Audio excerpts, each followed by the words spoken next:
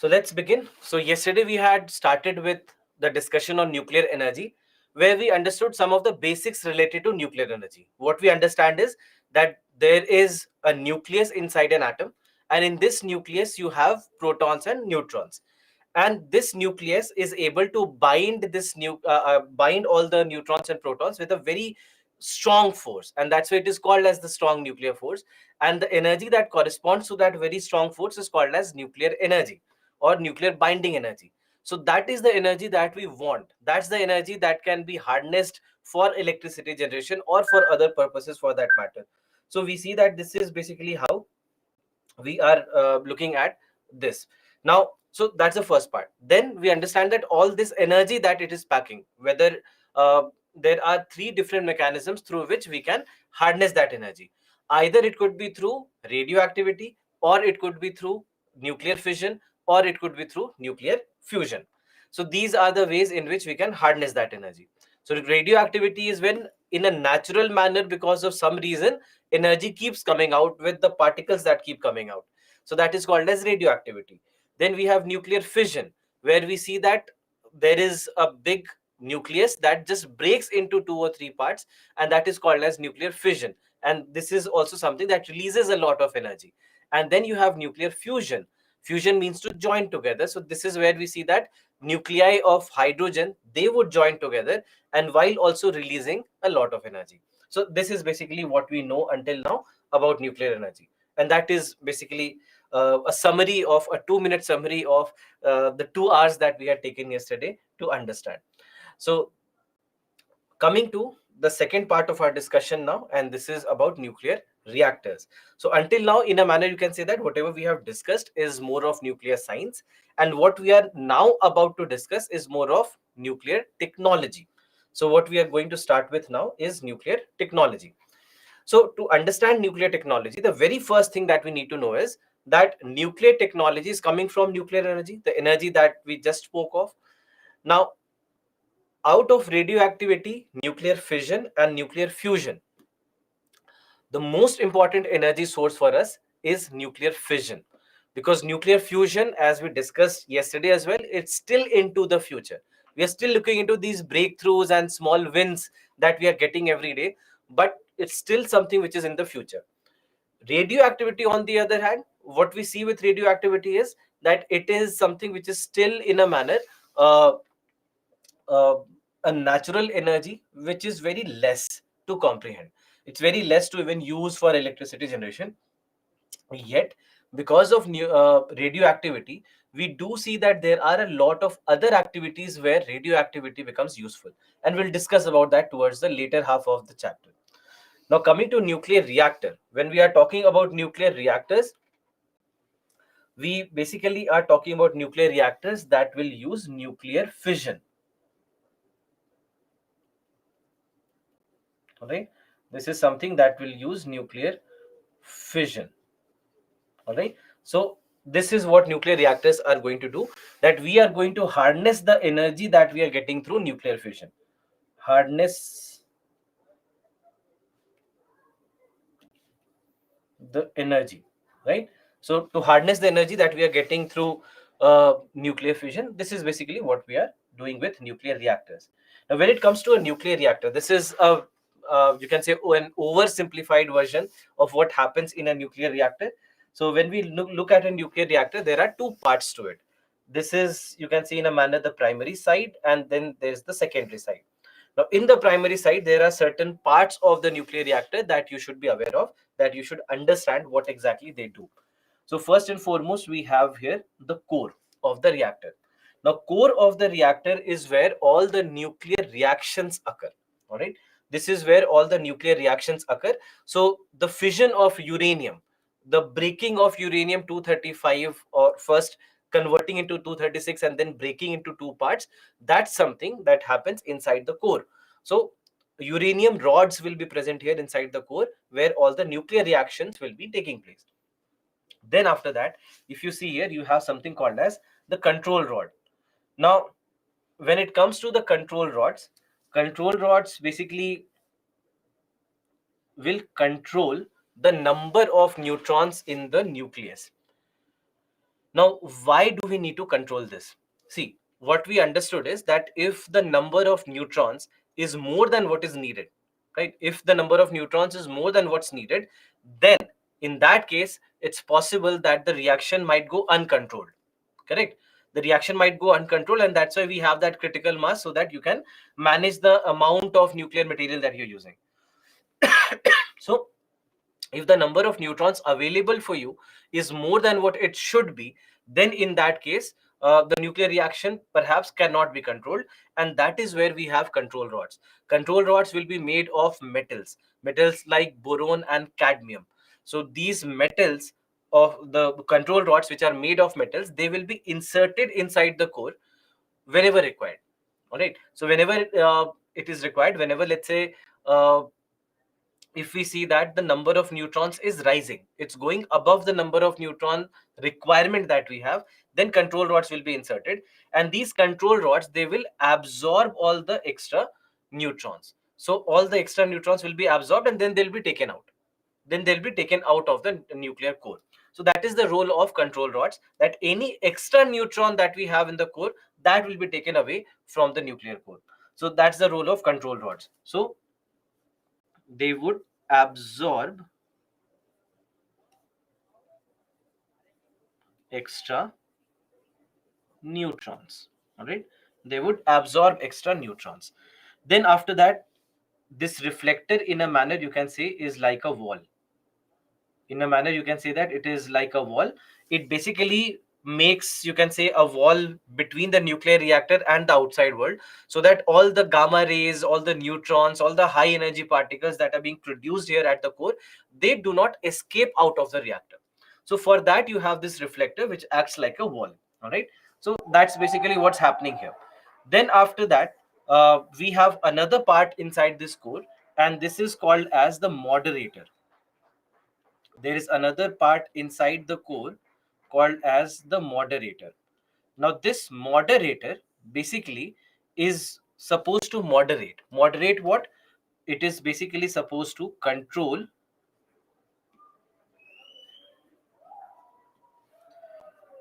the speed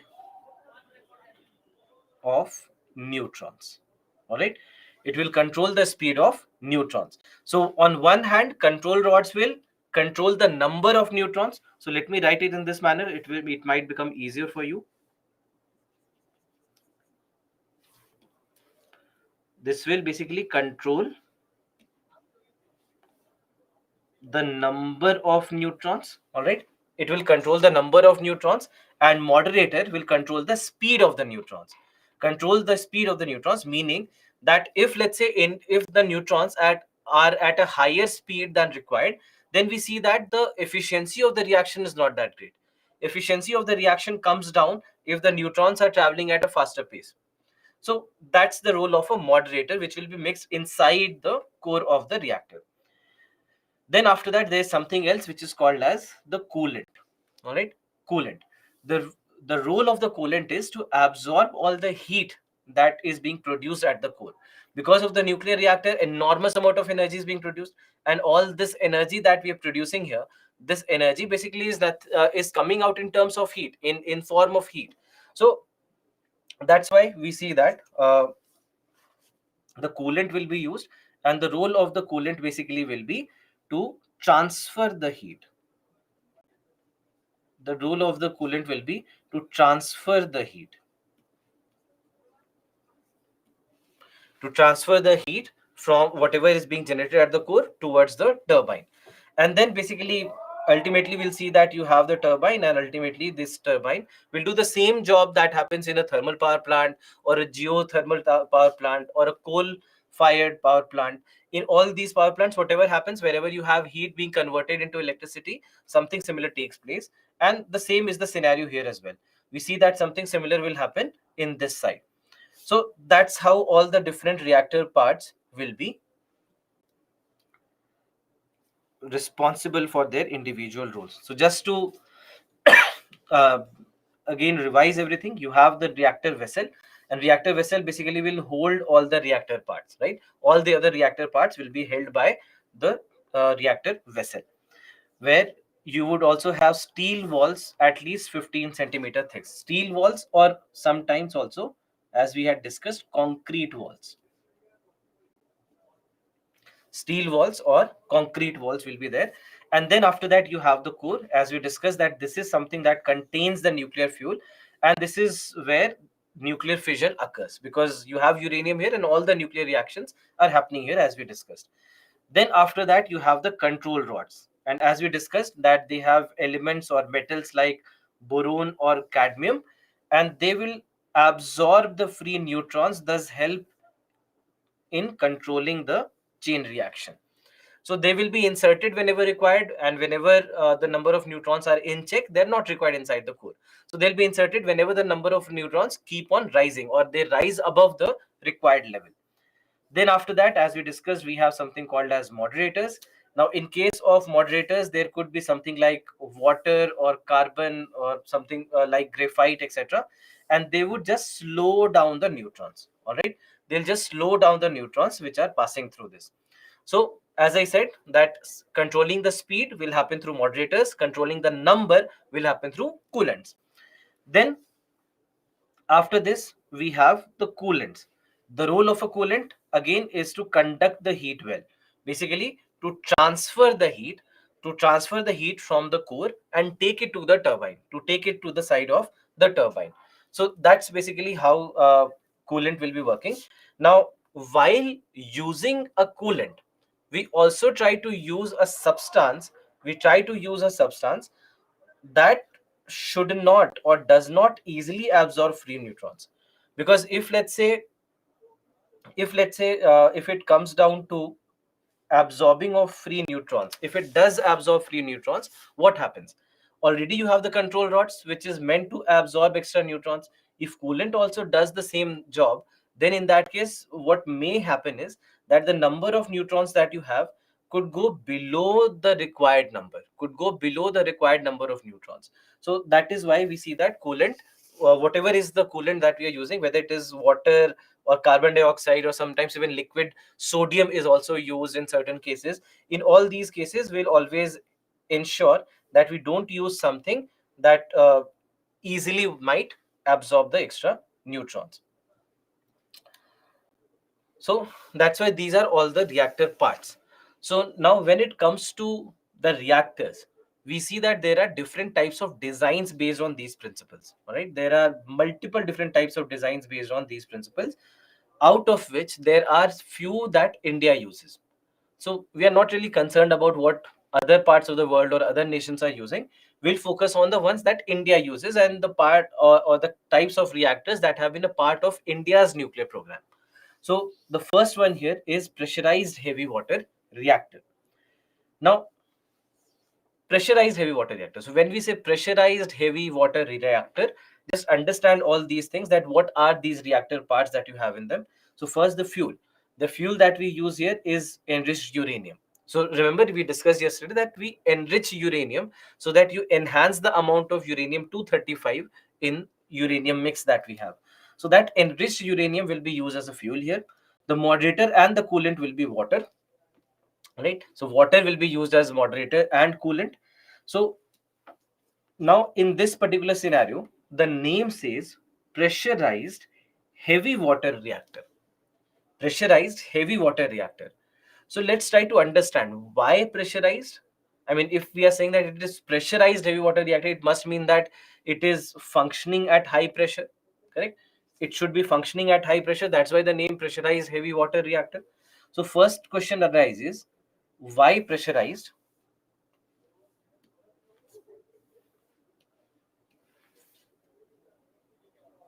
Why pressurized? All right, this is the first question. Now, if you remember, we discussed something similar in geothermal energy as well, where we were discussing about flash tank. Do you remember what I told you? That why we maintain high pressure in the below the flash tank? Why do we maintain high pressure? What happens at high pressure?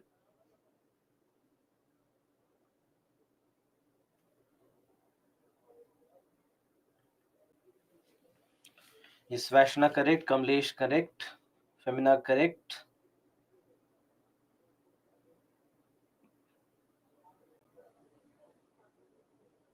Abhijit correct, Garvit correct.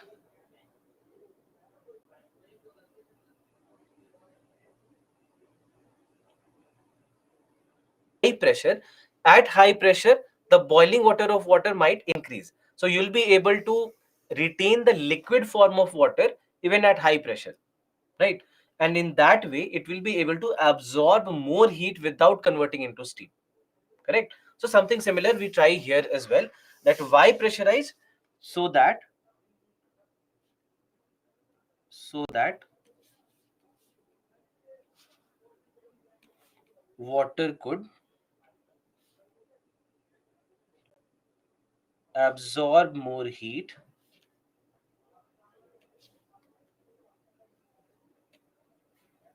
without converting to steam,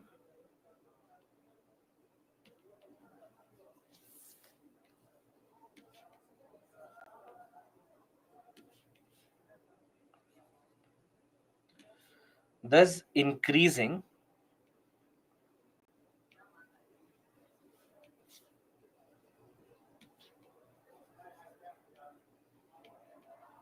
the efficiency of the reactor. All right. So that is the reason why we are using pressurized heavy water reactor. That is where it is getting its name from. Now, overall, what we see is that that's one part of the question. Second part is about heavy water. That we are using something called as heavy water. First and foremost, what is heavy water? Can you tell me? And then I'll answer why heavy water.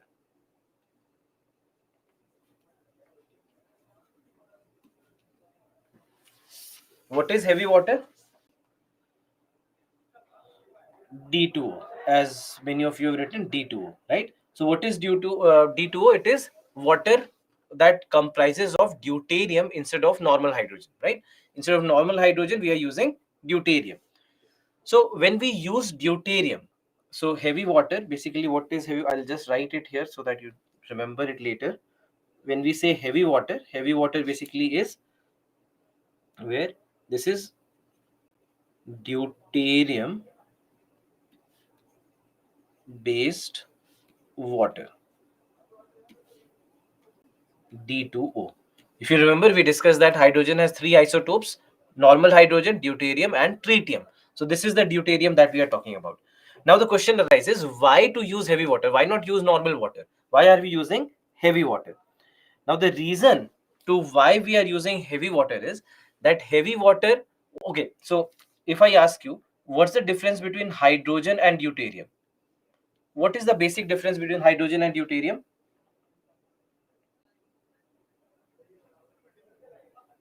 Mass number, that's correct. Number of neutrons, yes. So we know that hydrogen has one proton and zero neutrons, correct? Deuterium will have one proton and one neutron, right? Deuterium has one neutron. So because deuterium has one neutron, it means that if you are using, let's say if you are using heavy water as moderator, all right, if we are using heavy water as moderator, then in that case, uh, the chances that it will absorb extra neutrons is very limited, because it already has extra neutron. It already has one extra neutron. So the chances that it will be able to absorb neutrons is pretty limited. All right. So that's why it becomes a better moderator or a better coolant for us. It will be used as both coolant and moderator. So it becomes a better coolant and moderator as compared to normal hydrogen based water. Then the question arises that why not use tritium? Tritium has two neutrons. So the chances will be even lesser as compared to deuterium based water. Now, the reason here that why we don't do that, all right, the reason why we don't do that is that tritium based water is very highly unstable. It's very difficult to control it. It's highly radioactive. So it's very difficult to control it, and hence deuterium based water is better suited to be used as moderator and coolant instead of tritium based water. So it is in a sweet spot, you can say that it's better than hydrogen based water, and it is better than tritium based water as well. So that's the reason. So why heavy water? Because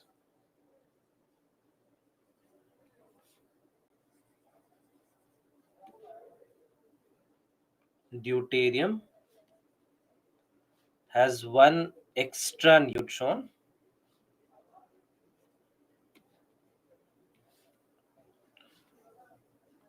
so the chances of it absorbing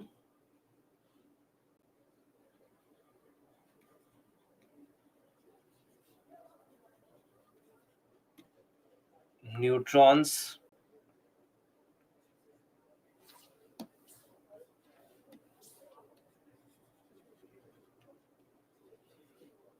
during fission is very limited.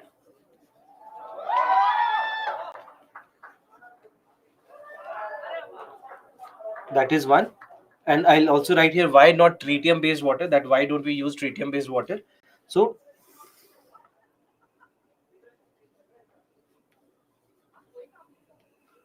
we don't use tritium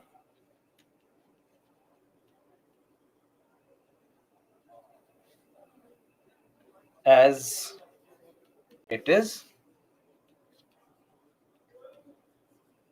highly radioactive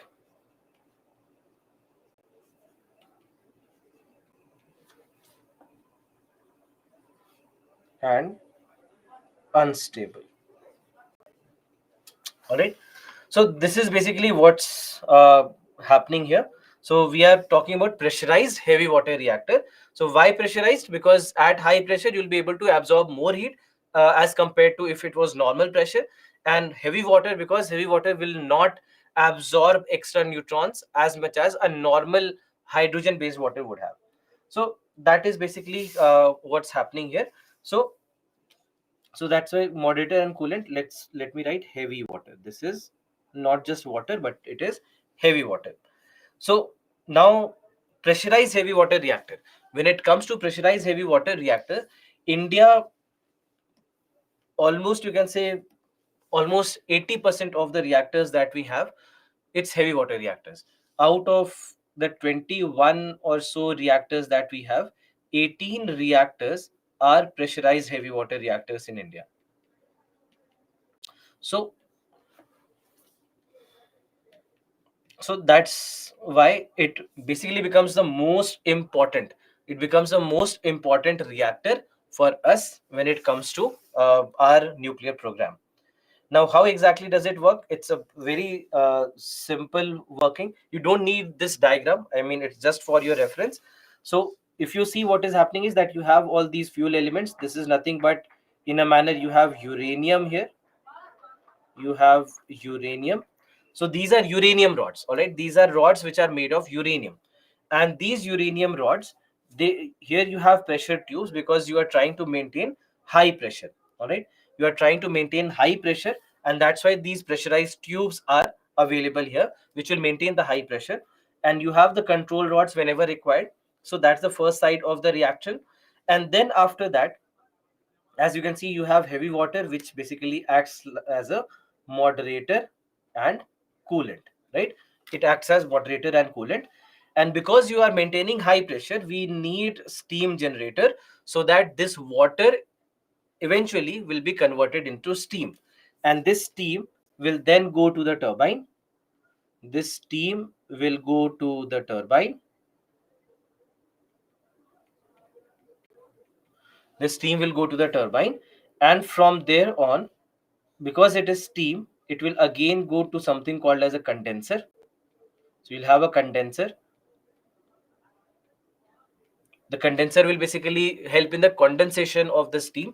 So steam will convert into water, and once it has converted back into water, it will come back. All right, and through this pump, it will be pumped back to the reactor. So in this manner, you have steam here, you have steam here as well. This is also basically steam. But then here again you are back to heavy water. So in this manner, we see that this cycle, the same cycle that we discussed in the basic line diagram that we have seen, the same cycle continues here as well. So that is the pressurized heavy water reactor. Now, after this, we have something called as the boiling water reactor. All right, boiling water reactor.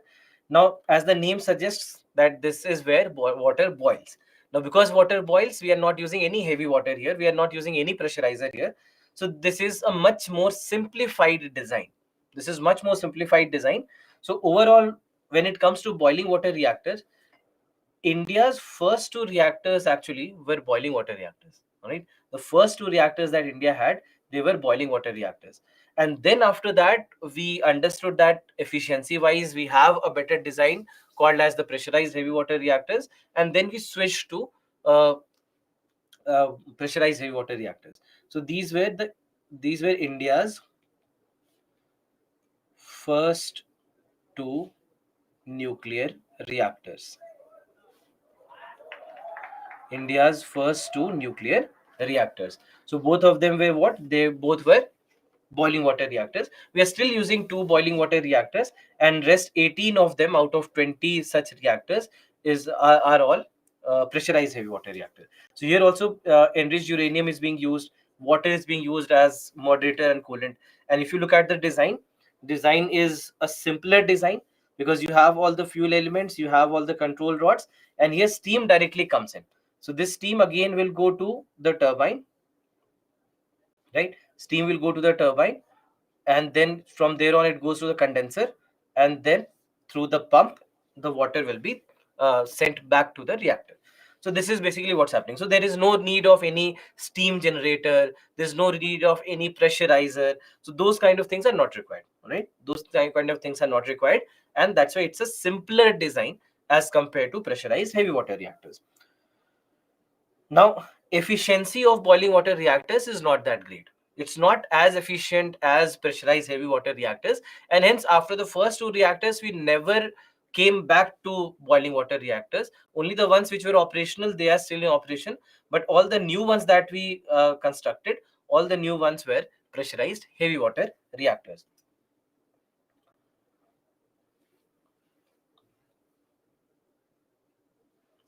Then we have something called as the fast breeder reactor. Now again, just try to break down the words and understand the meaning. We have a fast breeder reactor. Fast basically comes from the fact that we basically want fast neutrons to work. Fast reactors, because we want the speed of the neutron to be high. Now, how to get high speed neutrons? What is that part of a reactor that controls the speed of the neutrons? It is the moderator, correct? So because moderator does that, and that's why we see that this is basically where uh, they they don't use moderators. So they, because they don't use moderators, the working of this reactor will happen at a high speed, right? It will happen at a higher speed. So that's why these are fast reactors. The second term that we are using here is breeder. So first term is fast, the second term is breeder. Now, why the term breeder is being used? Breeder is being used for a very unique reason, that the reactor produces more amount of fissile material than it consumes in operation. Fissile material meaning the material that can undergo fission. When we say fissile material means that this is the material that can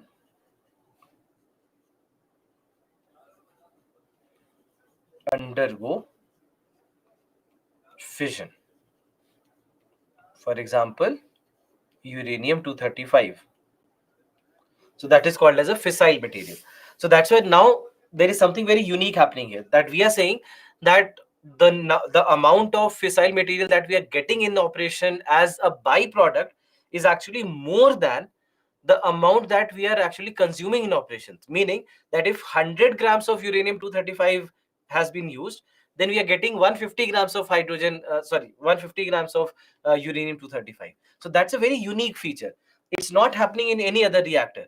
It's not happening in pressurized heavy water reactors. It's not happening in boiling water reactors. It's not happening in other reactor designs. But in breeder reactors, this is something that happens, that they will be able to get more fuel than the fuel that they consume. So just imagine your vehicles running on petrol, that you are using 1 liter of petrol, and after traveling for 10 kilometers you have 1.5 liters of petrol in your vehicle. That's what's happening here, and that's what's unique when it comes to the breeder reactors. And that's why breeder reactors are said to be the future of nuclear fission. India is working on fast breeder reactors. There are other countries which are working on breeder reactors. So overall, we see that because we understand that breeder reactors are the future, because they'll be able to give us more fuel than the fuel consumption that is happening in operation. And that is the reason we see that why breeder reactors become so popular. So so that's why breeder reactors. So that's why the name fast breeder reactor. Now, what's happening in India with regards to breeder reactors? So first, we had developed something called as fast breeder test reactor.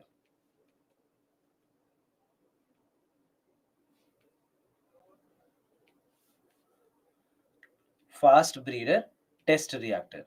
Now, this fast breeder test reactor basically has been in operation for more than 20 years now. It has been giving us energy, it has been giving us good output, and electricity generation has been happening through them.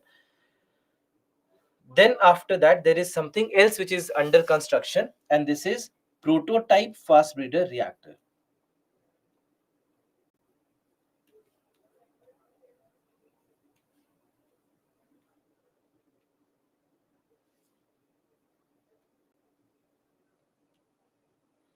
Prototype fast breeder reactor. So prototype fast breeder reactor, basically these are the two types of reactors in India. All right, these are the two types of fast breeder reactors in India. So I'm just writing it here. These are India's fast breeder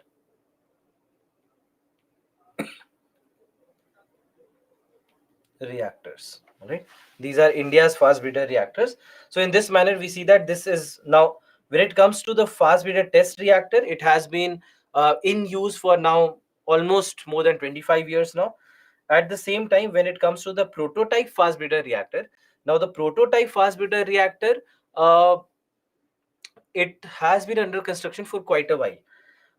2012, I mean, in 2012, when the previous government, the UPA government, was at the center, they were asked the question that what's the status of the prototype fast breeder reactor, and they had said that the construction has almost completed and very soon it will be in operation.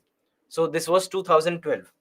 10 years later, last year, again, the same question was put forward to the NDA government, that what is the status of the prototype fast breeder reactor. The government exactly said the same thing, that the construction is almost completed. It will take another 1 year or so for us to make it live. So 10 years later, the government's changed, but the answer did not. So what happened? Why this prototype fast breeder reactor is taking so much time? Some of the scientists and some of the interviews that have happened here and there, and there is no official comment on it yet, but some have indicated that the government has been worried about the safety factor of this reactor. That the reactor design is complete. The reactor design has been complete for a while, but they are not very convinced about the safety of the reactor, and there are various measures that are being added to make this reactor completely safe. And that's the reason why it is believed that why prototype fast breeder reactor yet is not in operation, but very soon it is expected that it will also go in operation. So that is, you can see in a manner, this is the status that we have right now with the prototype fast breeder reactor.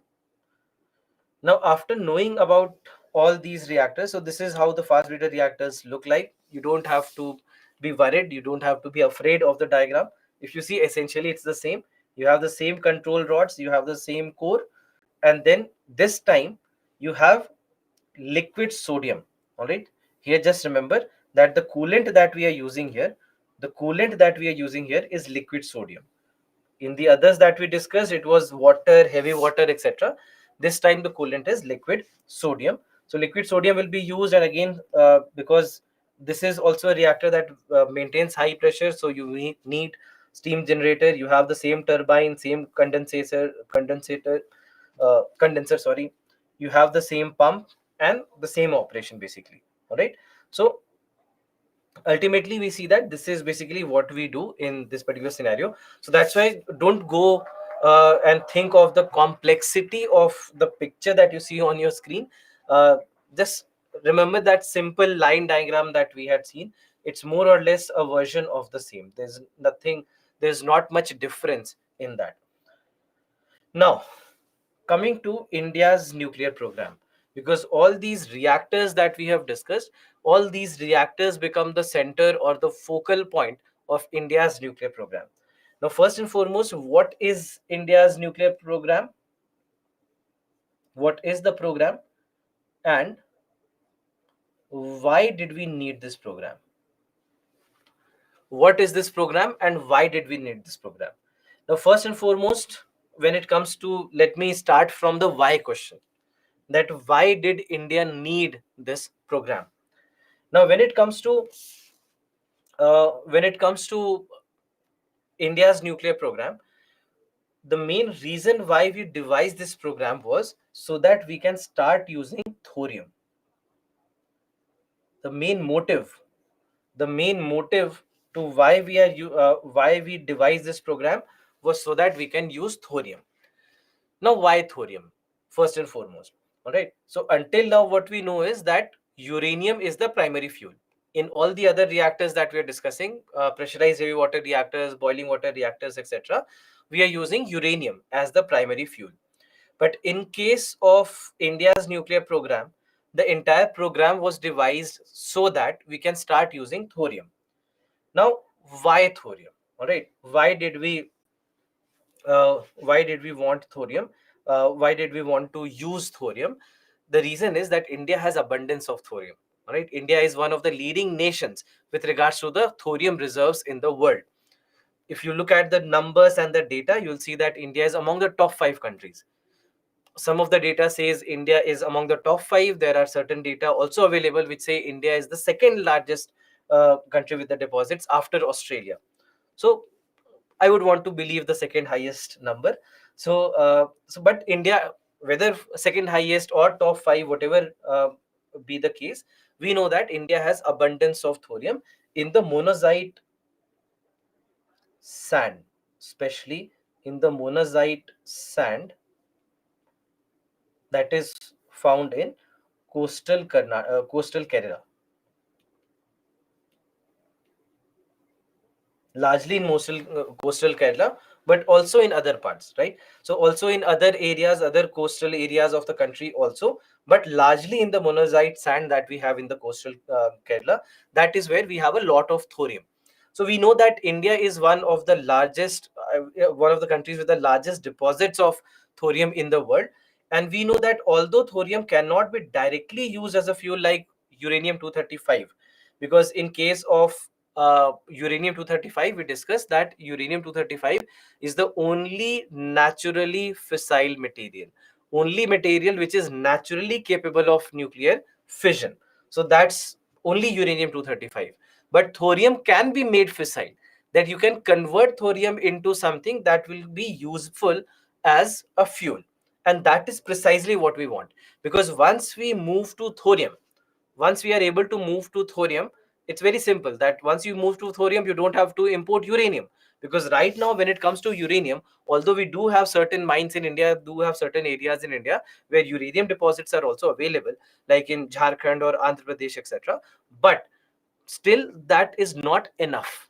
We don't have enough of uranium, and that's why we import a lot of uranium from Central Asian countries, from even Ukraine or Russia and all these countries. We get uranium. We basically import uranium. So again, the same logic that we discussed about coal and petroleum, that we cannot be dependent on somebody else for our energy requirements. So that is why we don't want to be dependent on other countries for getting uranium, and that's the reason why we want to shift to thorium. That is why we want to shift to thorium, because once we are able to shift to thorium, we'll be able to uh, easily be dependent on our sources, and then not develop on countries like Australia or Ukraine or Central Asian countries, etc. So that is the reason why thorium, and that is the reason why this India's nuclear program was even devised. All right. So the question to, why this program?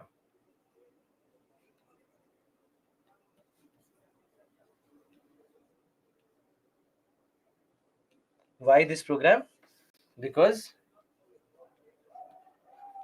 we wanted to start using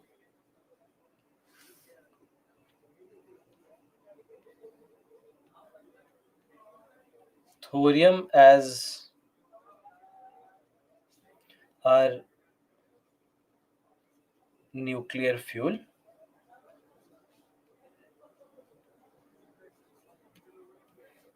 instead of uranium, as India has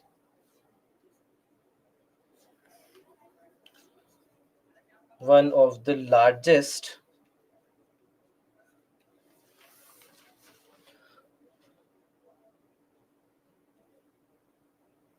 deposits of thorium in the world. Right. So India has one of the largest deposits of thorium in the world. That's the reason why we wanted to shift to thorium instead of using uranium, where largely we are dependent on just the imports. All right. So that's why this program. Now coming to, what is this program? So there are three stages to this program. The first stage is where we want to use pressurized heavy water reactors. We want to use pressurized heavy water reactors. Then in the second stage, we move to the fast breeder reactors. And in the third stage, thorium uranium 233 based cycle in the reactors will be used, where there are two types of reactors that India is working on. One is called as advanced heavy water reactor. Advanced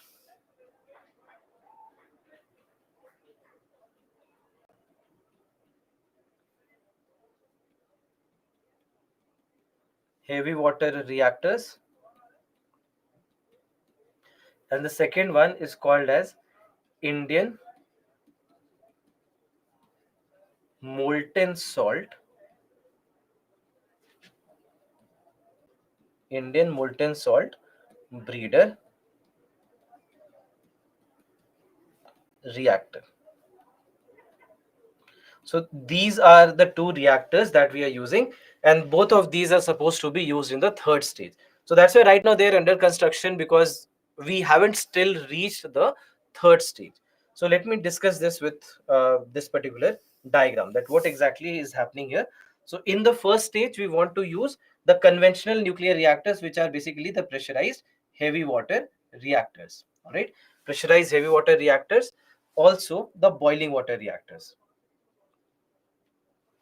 Pressurized heavy water reactors and the boiling water reactors. Now, these have to be operational for a long time, at least for up to 30 years. They will have to be operational for up to 30 years, and they would be able to generate a lot of energy. But while they generate a lot of energy, they also produce plutonium. This is plutonium. They also produce plutonium as byproduct. All right, plutonium is something that they produce as byproduct. Now this plutonium will be used in the second stage, where you have the fast breeder reactors. Plutonium basically is used here. Plutonium is used in the fast breeder reactors, and what we discussed about fast breeder reactors is that the fast breeder reactors will be able to produce more fuel than the fuel that they consume. So that's why they'll be able to produce even more amount of plutonium, right? They'll be able to produce even more amount of plutonium than they are consuming in this operation. So that is why plutonium, to get this plutonium, we are using stage 1. Now, let me ask you one question here again. So, my question is that why are we dependent on pressurized heavy water reactors to get plutonium? Can we not just get uranium from somewhere, just like how we are importing uranium or mining uranium? Can we not do something similar for plutonium? Can you think of reasons why we can't do that? Why are we waiting for 30 years to get all this plutonium so that our second stage could run?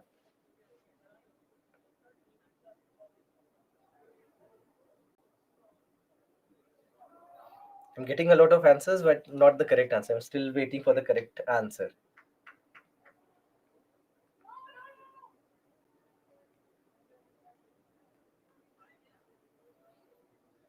Yes, Kamlesh, you have given the correct answer. So the basic reason why something like this, plutonium is not natural.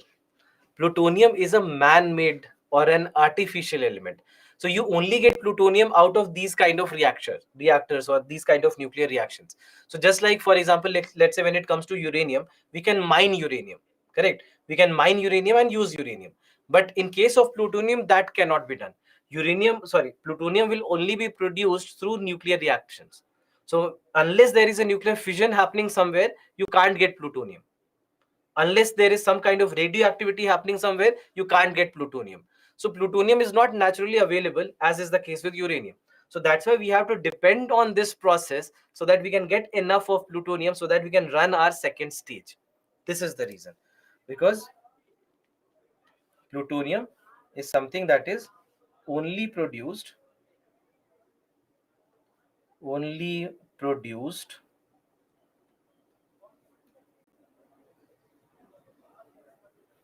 through nuclear reactions. So that's why we have to wait. All right, that was, we have to wait. And then once we have enough of plutonium available, we move on to our second stage. Now in the second stage, what you see is that there is this thorium here. Now what we are basically doing here is something called as irradiation of thorium. All right, irradiation of thorium. So irradiation of thorium, what do we mean by it? Irradiation of thorium is that we are passing radiations through thorium. All right, we are passing radiations through thorium. We'll just mention it.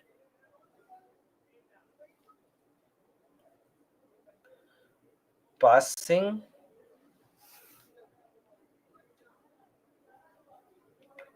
radiations through thorium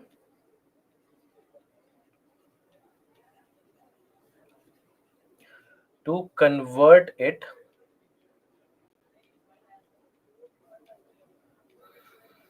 to uranium 233 isotope. All right, so we basically are getting uranium 233 out of this operation. Now uranium 233 has a similar problem with plutonium, that it is also something that we can only produce via these kind of methods. It is again not something which is natural uranium. If you remember, we have two: uranium 235 and uranium 238. That's it. Others are not natural. All right, others are not natural. So we have to produce uranium 233 via this process, and that is where thorium becomes usable, because we'll be repeating the same thing, and this also has to be operational for like 30 years. This will also have to be operational for like 30 years, and then only we can get enough of the fuel available for the third stage. Now the third stage, you have the thorium based reactors, where, as we discussed, that either advanced heavy water reactors will be used, or Indian molten salt breeder reactors will be used. Either of the two reactors will be utilized in the third stage, And we'll repeat the same process here, that thorium will be used here. Irradiation of thorium will happen, and it will keep on converting into uranium 233. It is a breeder reactor, so it keeps on giving us even more amount of uranium 233, and we can run the operations. Now, why we are even thinking of the third stage, this is where things become interesting. That with the 30 years of operation in stage 1 and 30 years of operations in the stage or in the second stage, we can run the third stage for at least 500 years. We can run the third stage for at least 500 years. So that's why we are investing this time.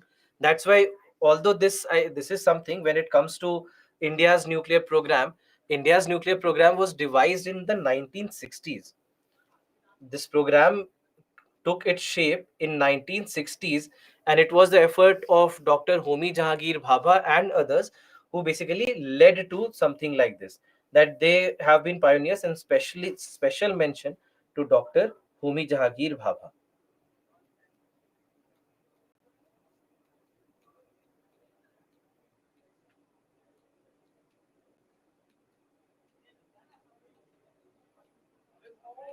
He was, you can say, he was the mastermind behind India's nuclear program, and he was the one who took all the effort to even convince the government of India to even think of this master plan. That it took a lot of convincing, because you have to understand that even since the time of the independence, Dr. Homi Jahangir Bhabha was always behind the government of India, and especially Pandit Jawaharlal Nehru, to adopt a nuclear plan. But you have to understand that we got our independence in 1947. 1945, we saw what nuclear weapons can do. Nobody wanted to even use the term nuclear. Everyone was afraid. No government would ever want to get into that kind of a controversy. Just 2 years later, and he was somebody who was just proposing it, that we need to go there, we need to go there, we can't solve our energy needs just with coal, and all kind of efforts he was making. And ultimately, he was given a go ahead, thanks to the kind of support that he also got from the government at that point of time. And although even forget about the opposition that was sitting in the parliament, even the government and many of the ministers in the government, even they did not want to go forward with the plan, only for the fact that, you can see in a manner, that Pandit Jawaharlal Nehru was convinced and he was on board. And that could take a shape later, because then parliament also essentially gave a go ahead that these kind of plans could start taking shape.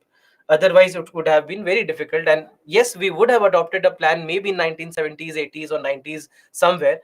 Just the fact that in 1960s itself we started working on this plan was a big effort. And and Dr. Homi Jahangir Bhabha has been one of the most important scientists when it comes to the early advancements of science in India after independence. Not only in nuclear program, but also in space program, along with other scientists, other very very important scientists, like Vikram Sarabhai being one of them, Satish Dhawan being one of them, Dr. Bhaskar being one of them, and all the other scientists who were also a part of the program back then. And then later on, the younger scientists like Dr. APJ Abdul Kalam also coming later. And so we see that, or Dr. Nambi Narayanan also coming later. So all these names were very, very important in shaping up of India's energy plan, India's space plan, and every other thing that India needed to work upon in 1950s and 60s after the independence. And that's why Homi Jahangir Bhabha becomes a very, very crucial name when it comes to India's nuclear program. He, uh, unfortunate for India that he lost his life also very early.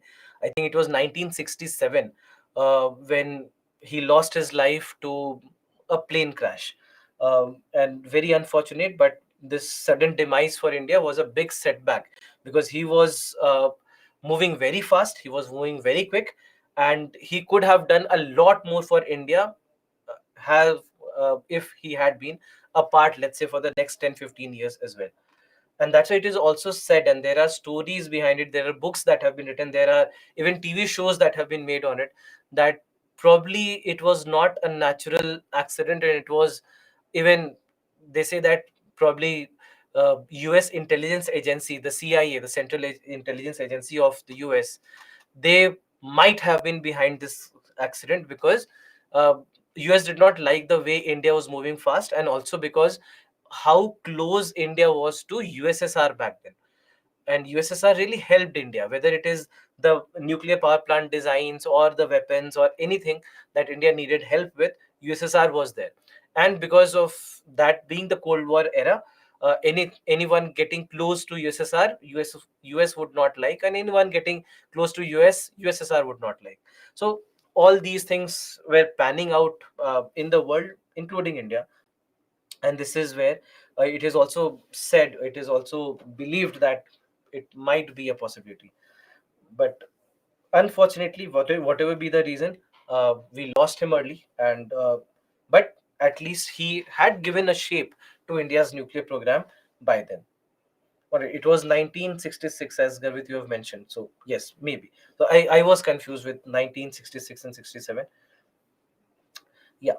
So this basically is what India's nuclear program has been, and there are three stages to India's nuclear program. Now, when it comes to nuclear waste disposal, now we know that, okay, fine, this is the India's nuclear program, and we are able to generate electricity from nuclear energy with the help of this program. Now coming to the next thing, and this is a problem that we facing, and this is India's nuclear waste. Now when it comes to nuclear waste, we first and foremost categorize nuclear waste into two parts, one called as low level radioactive waste, and the second one called as the high level radioactive waste. So low level and high level. So this is how we classify the waste. Now when it comes to the low level waste basically are the ones which are not very harmful. That's why low level, because they are not very harmful for us, they are not very highly radioactive, and that's why it's easier for us to dispose them. It's easier for us to dispose them.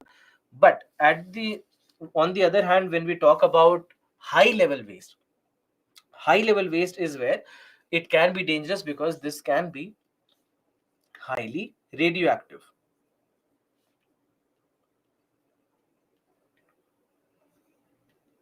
It can be highly radioactive, and that's why it can be very dangerous for us, it can be very dangerous for the human health, and that's why we try to dispose them with utmost responsibility. There are special units, we have special arrangements where all the high level nuclear waste would be disposed. So that's why there are nuclear facilities, basically there are nuclear waste facilities where all these wastes would be taken, and this is where ultimately we'll try to dispose them. And for that we also use something called as borosilicate glass. Now borosilicate glass is a glass that does not decompose very easily. It takes thousands of years for borosilicate glass to start decomposing, and that's why there is a process called as vitrification. There's a process called as vitrification. Now, vitrification as a process is where we are trying to capture the nuclear waste in a borosilicate glass, which is a kind of a, you can say, a leach resistant form, ultimately solidified form of borosilicate glass where we are using it. So that's why this process will be used for disposing uh, any high level waste, anything that can be radioactive, anything that can be extremely dangerous. Now, coming to the last part of our discussion, and this is about the applications of nuclear technology. We see that there are applications in various different fields, whether it is agriculture, whether it is medicine, whether it is industries. In all these cases, we see that nuclear technology, in one way or the other, will be very, very useful. Most importantly, obviously, it is electricity generation. So, I would say that there is no other application that is more important than electricity generation, whether it is through nuclear fission in the present, or whether it is through nuclear fusion in the future, right? Whether through fission at present or with fusion in the future, this is what we want. We want to generate electricity with the help of nuclear fission and fusion. So that's the most important, I would say, that's the most important uh, use of nuclear technology right now. And all these reactors, etc., that we are discussing for that reason, because we want to generate electricity out of it. Now, coming to other applications are largely based on radioactivity, some form of radioactivity. For example, agricultural application. uh, it can be used in water and soil management, for pest control, for animal productivity, for food safety. In all these cases, we can make the use of radiations. We can make the use of various radiations and controlled amount of radiation. Let me write this: controlled radiations. All these things can be used, all these things can be achieved through controlled radiations. So for example, when it comes to pest control, so for pest control, we will use controlled amount of radiations so that we can kill the pests in our food articles, in our crops, everywhere. So that is basically how it can be done. At the same time, in agricultural applications, we also have nuclear fertilizers. We are even using nuclear fertilizers. So for example, we use nitrogen 15. We use nitrogen 15. Now nitrogen 15 becomes very, very crucial in giving us an idea about the absorption rate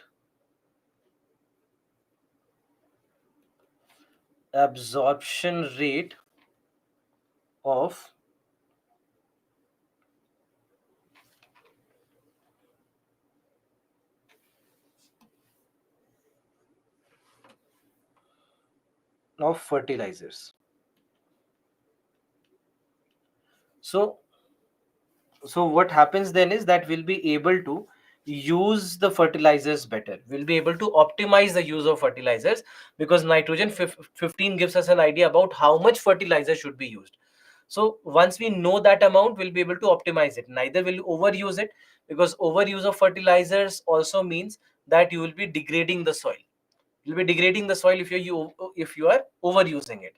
On the other hand, if you are not using enough, obviously the growth of the crops will not be good enough.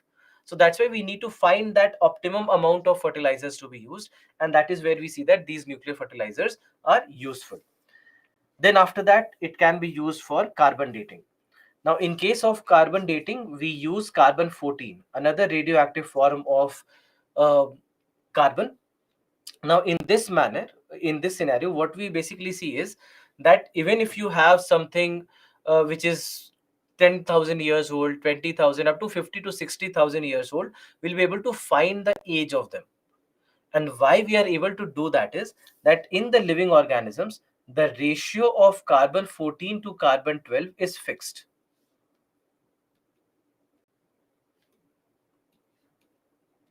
All right. In living organisms, we see that the ratio of carbon 14 to carbon 12 is fixed. Now, when they die, after this, what happens is that this carbon 12 amount, this remains fixed, but carbon 14 will keep on decreasing. Why? It's radioactive. It's radioactive, it will keep on decreasing in its amount. So ultimately what happens is that carbon 12 remains intact, the quantity of carbon 12 remains intact, quantity of carbon 14 will keep on decreasing, and that will give us a calculation about how old something is, how old any fossil, etc., that we have discovered, how old is it. To find that, we'll just try to see what is the difference between carbon 14 to carbon 12 ratio. So because, and here there is a concept that we use sometimes called as half life, a concept which is called as half life. So half life basically is the time in which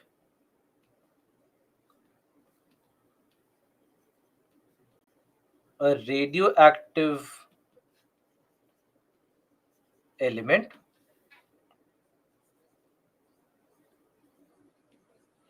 decreases to half its initial quantity. All right. So this is something which we call as uh, half life. Now in case of half life of carbon, carbon 14's half life is of 5700 years. All right, it is of 5700 years. So it takes 5700 years for carbon 14 basically to reduce to half of its size. So what happens is that if you have 100 grams of carbon 14, it will reduce to 50 grams in 5700 years. Similarly, it will reduce to 25 grams in another 5700 years. So in this manner, every 5700 years, almost 5700 years, it will keep on decreasing to half of its original mass. So that basically will give us a back calculation to what should be the age of any material that we have. Similarly, in improving public safety, we see that it is used in various ways. For example, in smoke detectors, in even making runway lights, or in heart pacemakers, etc. In all these different cases, we see that we can make the use of nuclear technology.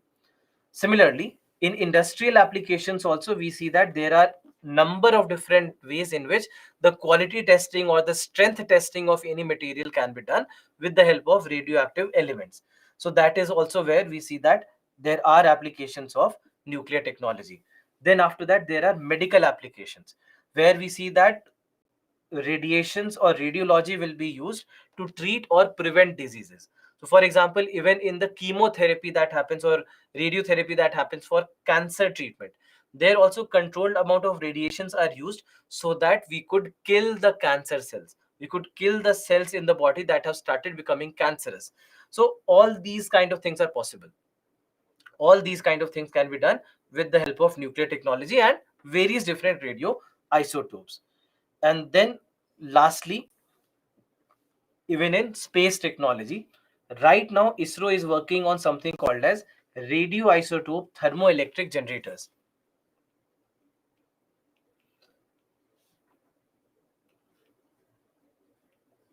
ISRO is developing, or ISRO is working on radioisotopes thermoelectric generators. Now, in this particular scenario, when it comes to this, what we see is that this will help in providing the required power, especially when we take deep space missions, when we are going away from the sun. Whenever we are near the sun, in case of, let's say, Aditya L1, Chandrayaan 3, and Mangalyaan, and all these, then in that case, solar energy is extensively used. But let's say if we are going towards Neptune, we are going towards Pluto, etc., then the solar energy will not be enough that will be able to run our space vehicles on solar energy. So that's why we need fuel there. And one of the best fuels, one of the most efficient fuels is radioisotope thermoelectric generator, where we use radioactive isotope, that is plutonium 238. So that's something that also is being developed by ISRO, which is an indication that maybe in the future we are also going to look towards a deep space mission. Now, one thing that I've done, and I'll ask the subject matter experts to share this with you, is a list of radioactive elements. List of radioactive elements with their uses. This could be important from maybe prelims point of view, that what radioisotope is being used for what purpose, how in medicine, what is being used in agriculture, what is used for public safety. So that list is there. It's a very factual list, so just go through that list. I've just taken the list of all the important ones and I've given the use of that radioisotope. So from prelims perspective, perhaps it can be important because sometimes these radioisotopes are in the news. So I've already asked them to share it. I hope they have this. Have you got it? Can you tell me if you have?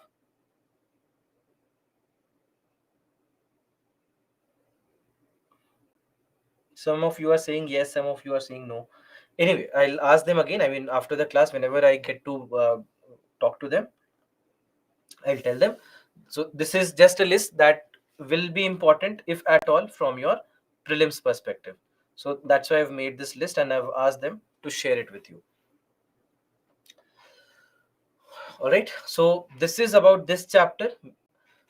Look at this question. This was asked the correct explanation. That's great. The subject matter experts have pasted it for you, so please go through it, please download it. All right, so 53% of you have given the correct answer. It was an easy question, so let me just explain this question for you. Consider the following statements. First statement is India, despite having uranium deposits, depends on coal for most of its electricity production. This is correct. What did we discuss? That right now, approximately 55 to 60% of our electricity comes from coal, right? And we want to decrease it further. I also told you that 5 years back we were at almost 75% and 75%, and now we have decreased it to almost 55 to 60%, but we are still pretty much dependent on coal. Statement 2 says uranium enriched to the extent of at least 60% is required for production of electricity. Is 60% required? No. What did we discuss? Just 3 to 5%. What did I tell you? I told you that if we go beyond 5%, then we are basically weaponizing it. We are not going to use it for electricity anymore. How much enrichment happens? 3 to 5% only. So that's why this is wrong. 60% is way too much. So look at the options. First option says both statement 1 and statement 2 are correct, and statement 2 is the correct explanation for statement 1. No, both are not correct anyway. Statement number 2 is wrong. Both statement 1 and 2 are correct, and statement 2 is not the correct statement. Again, statement 2 is not correct, so that's why this is also wrong. Statement 1 is correct, but statement 2 is incorrect. This seems fine. Statement 1 is incorrect. That's not the case. So the correct answer will be C. So it's an easy question. Right? This kind of a question is also called as assertion and reasoning question. It used to come a lot in the past, and for the last 10-15 years they did not ask these kind of questions, but again we have seen a pattern change in the kind of questions that they're asking, and this time there were a lot of these assertion and reason questions. So assertion and reason question is a kind of question where two statements will be given to you. Both of them either could be independent statements, or maybe the second statement actually correctly explains the first statement. So for example, here the first statement is that India, despite having uranium deposits, depends on coal for most of its electricity production. Let's say the second statement was that getting energy from coal is much cheaper as compared to getting it from uranium. Or another way to write it could have been the technology behind getting energy from coal is easier compared to getting it from uranium. Both these statements are correct. So then you could have marked A, that both statement 1 and 2 are correct, but statement number 2 is a correct explanation for statement number 1. Another case, let's say statement 1 was what it is right now. Statement 2 could have been something else. Like, let's say uranium enriched to the extent of 3 to 5% is required for production of electricity. Now, in this case, statement 1 and 2 both are correct, but statement 2 is not the correct explanation for statement number 1. Right? Both of these individually are correct, but statement 2 does not explain statement number 1. So this kind of question, now we see that they have come back to. They used to ask it almost 15 years back, but now we see that they have revisited this kind of a question. All right. Next chapter is biotechnology, but before that, if you have any confusion, any question that you want to ask, please ask your questions now. Basically, we know that a lot of fruits, vegetables, etc., they will be damaged because of the action of decomposers or bacteria, microorganisms, etc. With the help of radiations, we kill those microorganisms, we kill those pests or even smaller pests, etc. Even in the crops, we can do that. So with that, you increase the longevity. We'll be able to store these fruits and vegetables better. Even in the seeds, we can store the seeds in a better manner. So there are all these things that can be done. Similarly, there are some radioactive elements like nitrogen 15, which is used as a fertilizer. So that's why we say that all this is nuclear technology.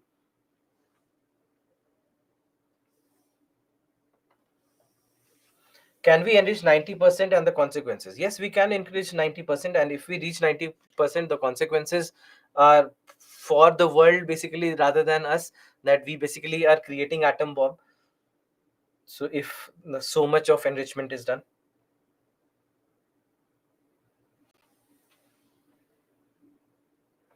Thorium is only available in the coastal region of Kerala or elsewhere also.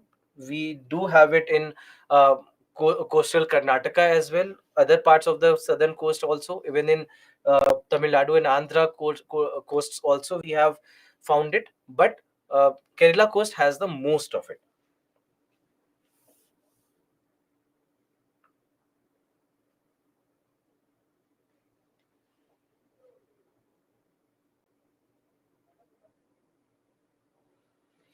Why snake-like shaped pipe from previous slide?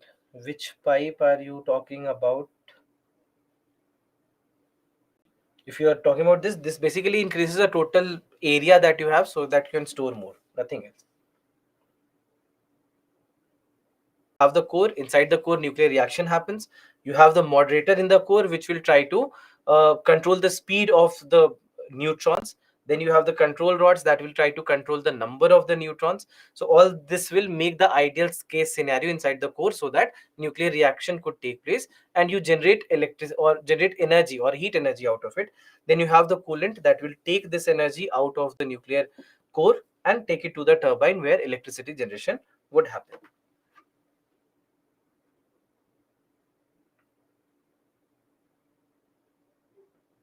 What is the government concern regarding implementation of fast breeder reactor? It basically is the fact that they are still not convinced about the safety of the reactor, and they want to be 100% sure about the safety before the operations could begin, and that is why there is a significant delay that has happened.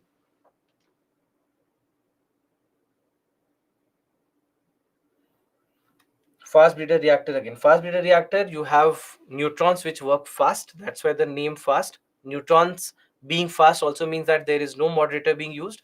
And then breeder because it produces more fuel than the consumed fuel. And that is why fast breeder. Didn't understand vitrification. In case of vitrification, what we are doing is that in vitrification, we basically take small glasses, all right, and the nuclear waste will be put in the glass and you will cover it with the glass. You will basically encase it inside this glass. And this is borosilicate glass, which does not decompose easily, takes tens of thousands of years to decompose. And that is basically what we are doing in the process of vitrification.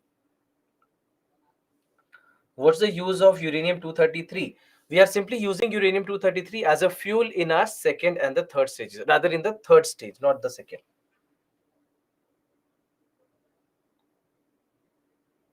Don't understand the three-stage nuclear program of India. It's simple. We have three stages where the first stage is pressurized heavy water reactor.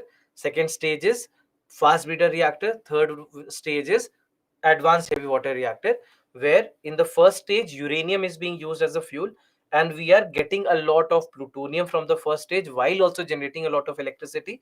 All this plutonium will be used in the second stage where fast breeder reactors are working, and here also we produce a lot of electricity while also producing a lot of uranium 233 with the irradiation of thorium. And then all this uranium 233 will be usable in the third stage where more of thorium based reactors will be used.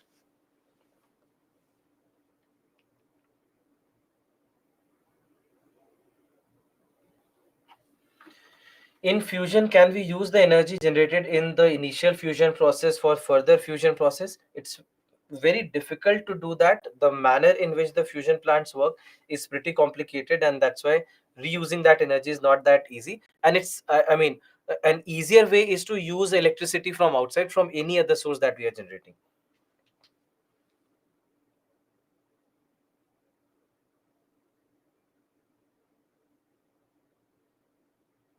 Exposure in high quantity. But if let's say the quantity is very limited, and that is the case in most of the cases, then in that case they are not. And in many of the cases, especially for the ones that are not uh, very bulky, which are not having very high atomic number, in them, even if they are radioactive, they are not harmful. For example, carbon 14 is not that harmful for us. nitrogen 15 is not harmful for us unless you are exposed to a lot of it. But the heavier ones like uranium, plutonium, etc., they can be harmful even in the smaller quantities. A basic thumb rule is that if the half life of any radioactive element is less, then it is less harmful. If the half life is more, then it is more harmful. For example, plutonium has a half life of 20,000 years. 20,000 years. So that is why it is much more harmful as compared to many of the others.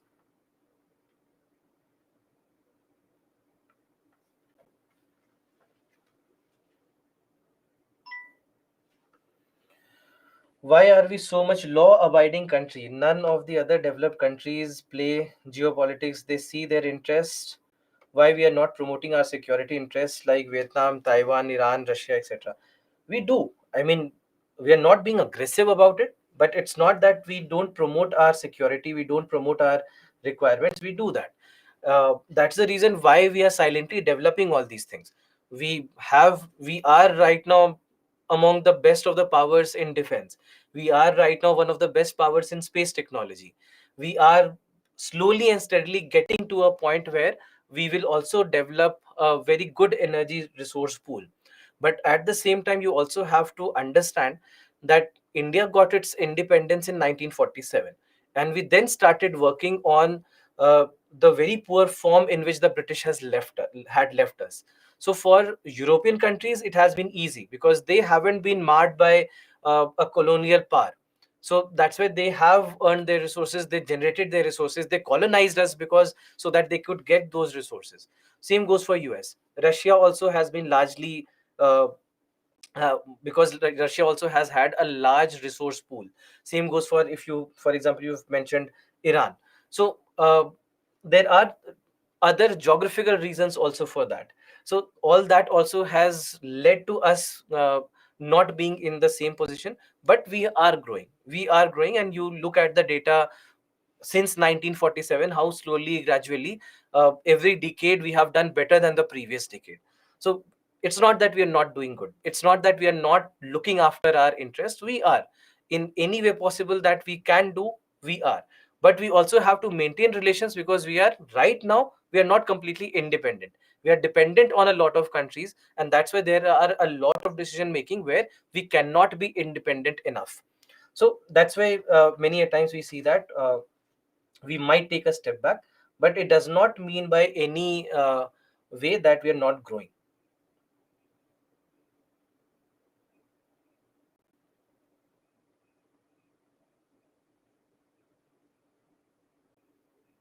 25 slides here. I know that generally it takes me almost 50-55 slides, but if you don't ask questions, if I am not taking your questions, I'll have that time to take those 10 extra. So that depends on the class and how much you are also engaged in the classroom. So it's not that anything extra is kept.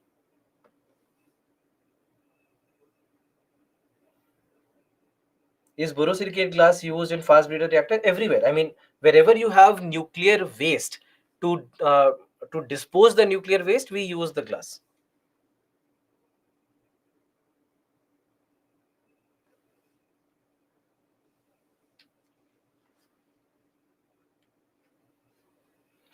Would nuclear fission energy generation technology become outdated by the time national nuclear program reaches the final stages? I don't think so, because if, let's say, if you're thinking the context of nuclear fusion or maybe other alternatives like hydrogen or solar energy, etc., we need a lot of energy. There are a lot of things that we can't do. There are a lot of things where we compromise because our energy generation is not that great.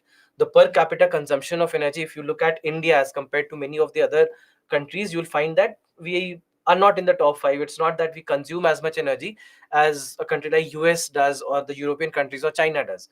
So that's why we have a lot of scope, and that's why every bit of energy that we can get will always be useful. So if we get to a stage where thorium becomes useful, why not? Because we'll be able to get cheap energy from there, and hence we want to use it.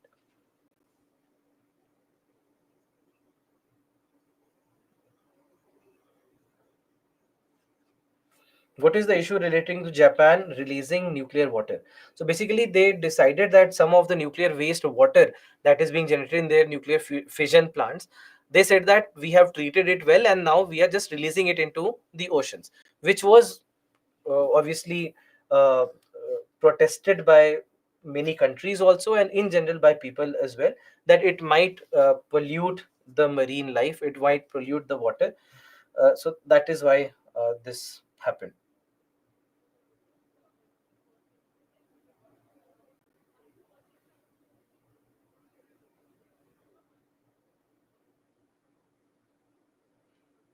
Can uranium be enriched to beyond 100%? How can happen it beyond 100% is nothing, no?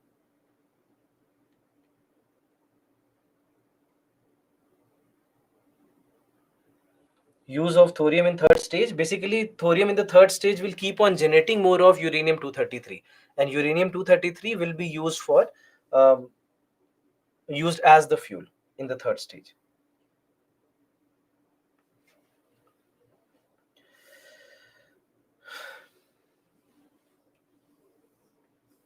Right.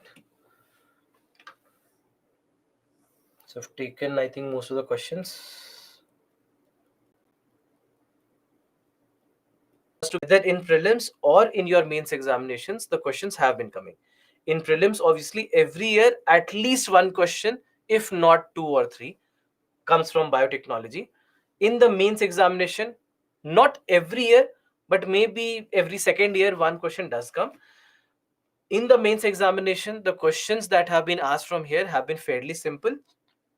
In the prelims examination, although I cannot claim so. I can't say that the questions that have come in the prelims examination have been easy. In prelims, the biotechnology questions largely we see that have been moderate to difficult level questions. We'll discuss a lot of these questions that have been asked in the past papers, but overall, as a chapter, first and foremost, it's not as big a chapter as the first two have been. So now onwards, the chapters that we have, these are pretty small chapters as compared to our first two giant chapters. But biotechnology, from the perspective of the examination, is very, very important. Prelims and mains, every year, you should expect that a question will come from here. Now, first and foremost, what do we mean by biotechnology? What is biotechnology? So, again, there are two words from here that we are discussing. So, when it comes to this word, you have two terms, bio and technology. Now, this term bio, this comes from a word that is bios, as you can see there, that it comes from two words. One is bios, it is a Latin word for life in a manner. So that's why biology also derives from here. So bios, basically, you can see in a manner, it is something which is related to life. And then the second term is technology. Okay, what is technology? We are discussing the subject of science and technology. What do you mean by technology?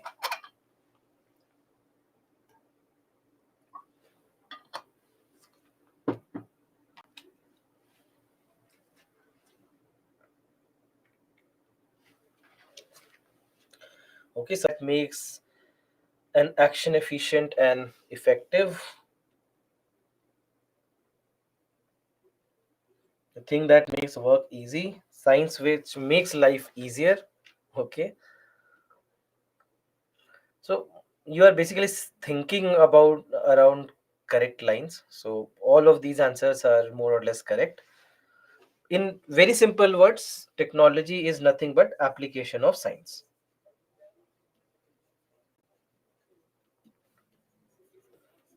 Application of science. So we know the theory of science, we understand the core concepts of science, but when you start utilizing it in your life to make your life easy for coming out with new solutions, anything, so then in that case it is called as technology. So this is basically how we come to this term.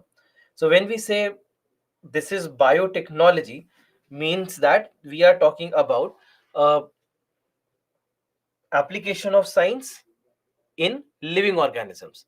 In case of living organisms, so when it comes to biotechnology, we can say in a manner that biotechnology is nothing but the application of science or application of living organisms for some kind of application. When we are using the living organisms or any process in the living organisms for some kind of application, then in that case we say that it is biotechnology.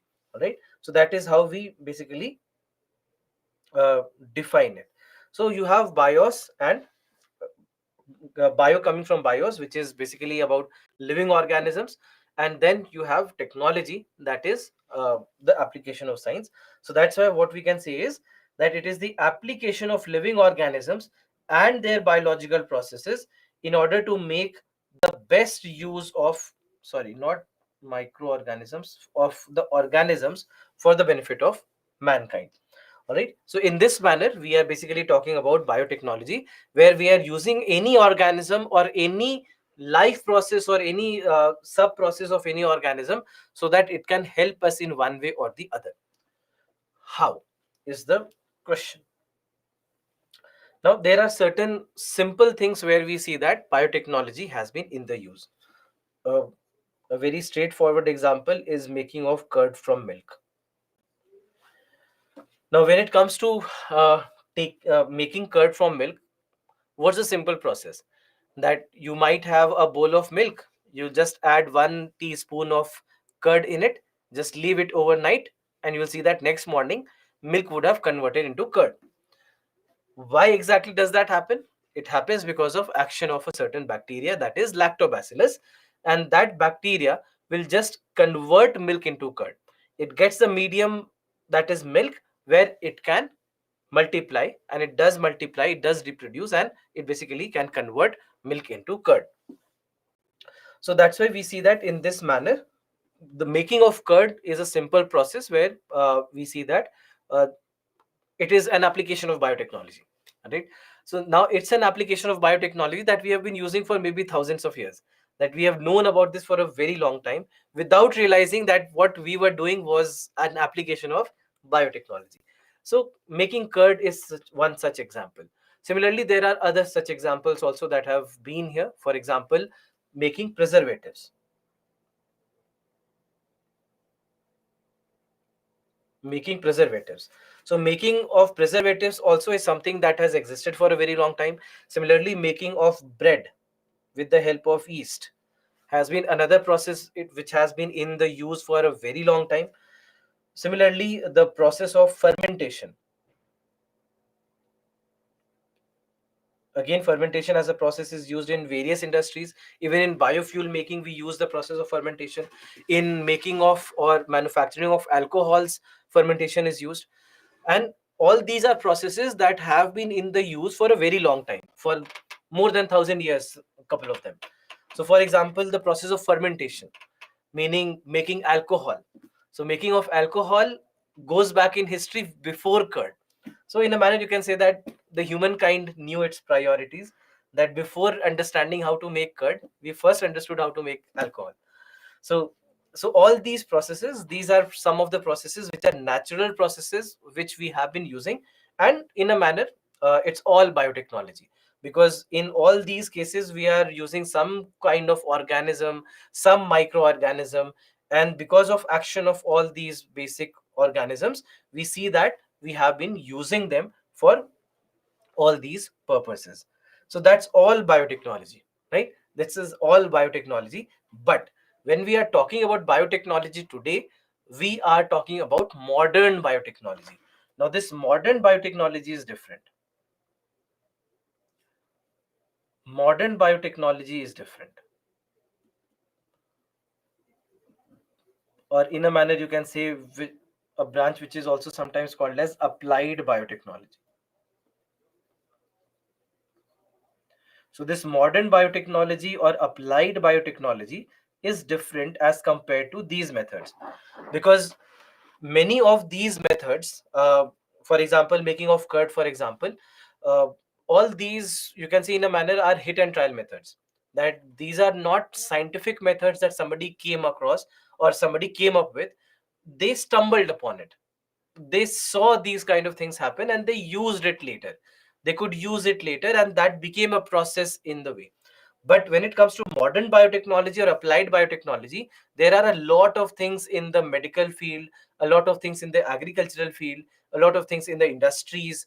In all these things we are doing something because of a reason, we are doing something because we know how to do that, and we know that we will get a positive outcome out of it.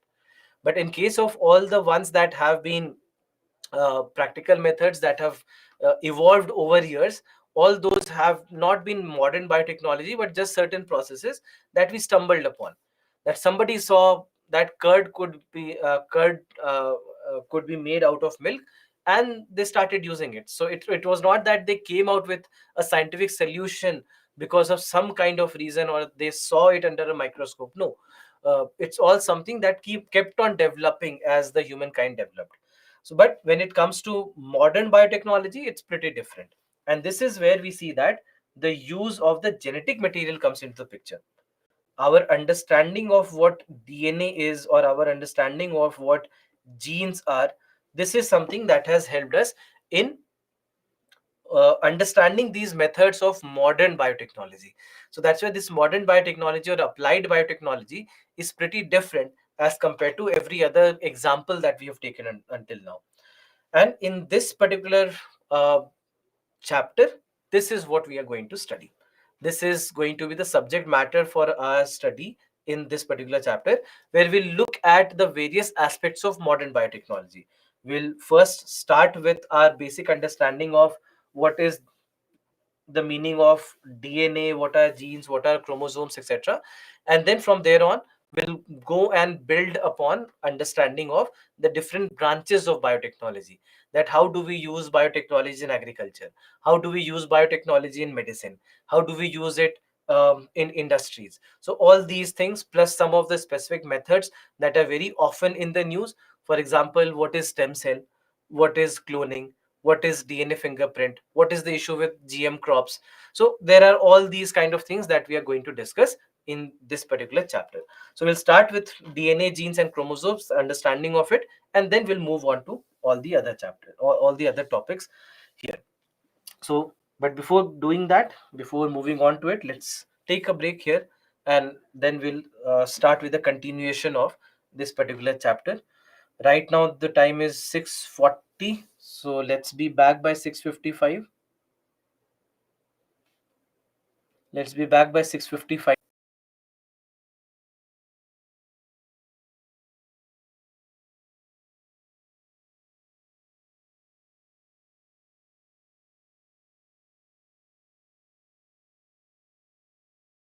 Our basic understanding of biotechnology, we first need to try and understand these basic terms about what is DNA, what is genes, what do we mean by chromosomes.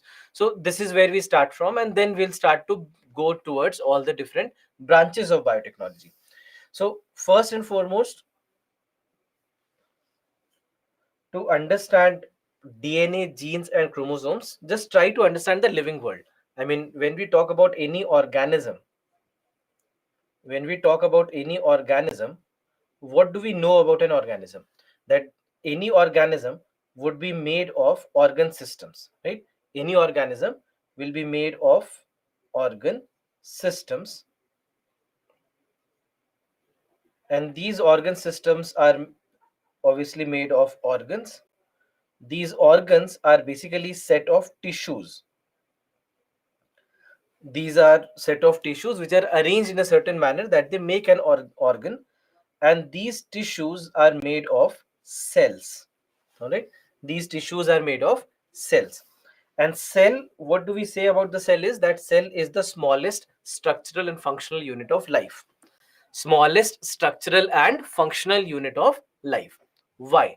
Because the cell in itself is a living being in a manner, because it has all the ingredients that you know or that you need for anything to be alive. And that's why you have so many unicellular organisms which are made of only one cell. So that's why we say that cell is the smallest structural and functional unit of life, right? Now, inside the cell inside the cell we have a completely different world, and inside the cell we have something called as the nucleus. We have the nucleus. Now, do you know what is the role of the nucleus? What does nucleus do? So cell, we say that this is the smallest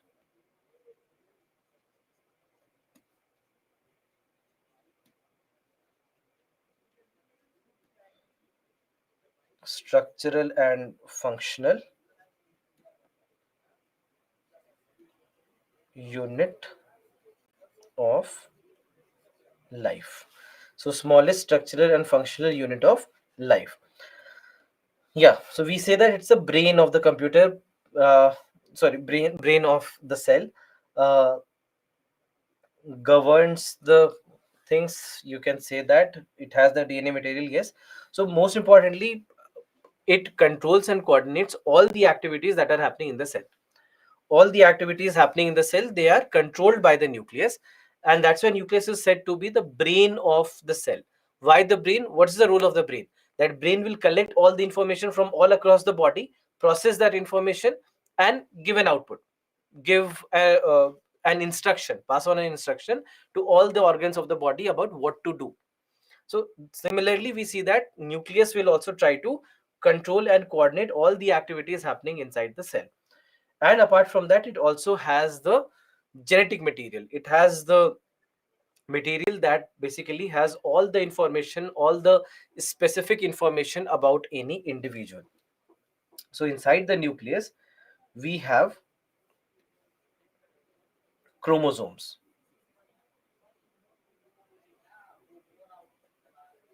All right, we have chromosomes, which you can say are bundles of genes, and these genes are made of DNA. All right, these genes are made of DNA.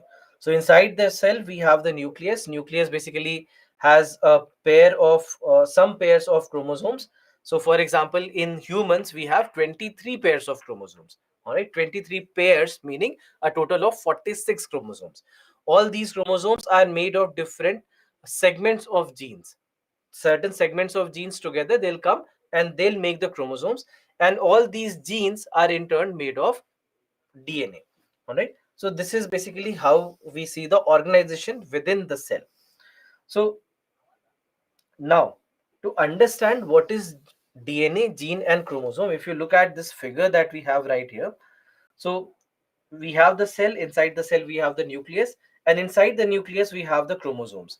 And as you can see that genes will be made of smaller DNA segments. They'll come together, they'll make the gene, and this gene together makes up this entire chromosome set that we have. Now, in humans, as I just told you, that we have a total of 23 pairs of chromosomes. So chromosomes basically, as you can see here, these are long coiled up thread like structures which are made of DNA and protein. Right, they are made of DNA and protein. And in humans we see that there are a total of 23 pairs of chromosomes, out of which 22 pairs are common across males and females. 22 pairs are common across males and females. The 23rd pair is different in males with respect to females. And that's why the 23rd pair is what determines the sex of any human. Whether it's a male or a female will be determined by the 23rd pair of chromosome. So in this manner, we see that there are 23 pairs, 22 are common, and the last pair is different in males versus females.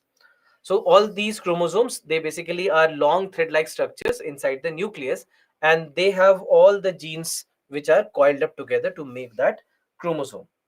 Then we have genes. So genes are segments of DNA.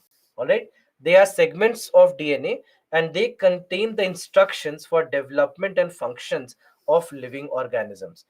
So, and that's why they also become the basic units of heredity and are passed down from the parents to the offsprings from one generation to another.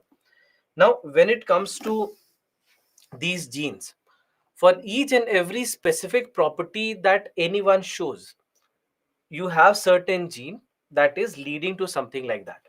For example, the color of the eye. So color of the eyes, you'll see that some have black eyes, brown eyes, green eyes, etc. Correct. So all these eyes, the color of the eyes uh, are specific because of certain genes. So whatever be the gene, that will decide the color of the eye. Then apart from that, even the type of skin, the even skin color, or the height that of an individual, all these things can be genetic.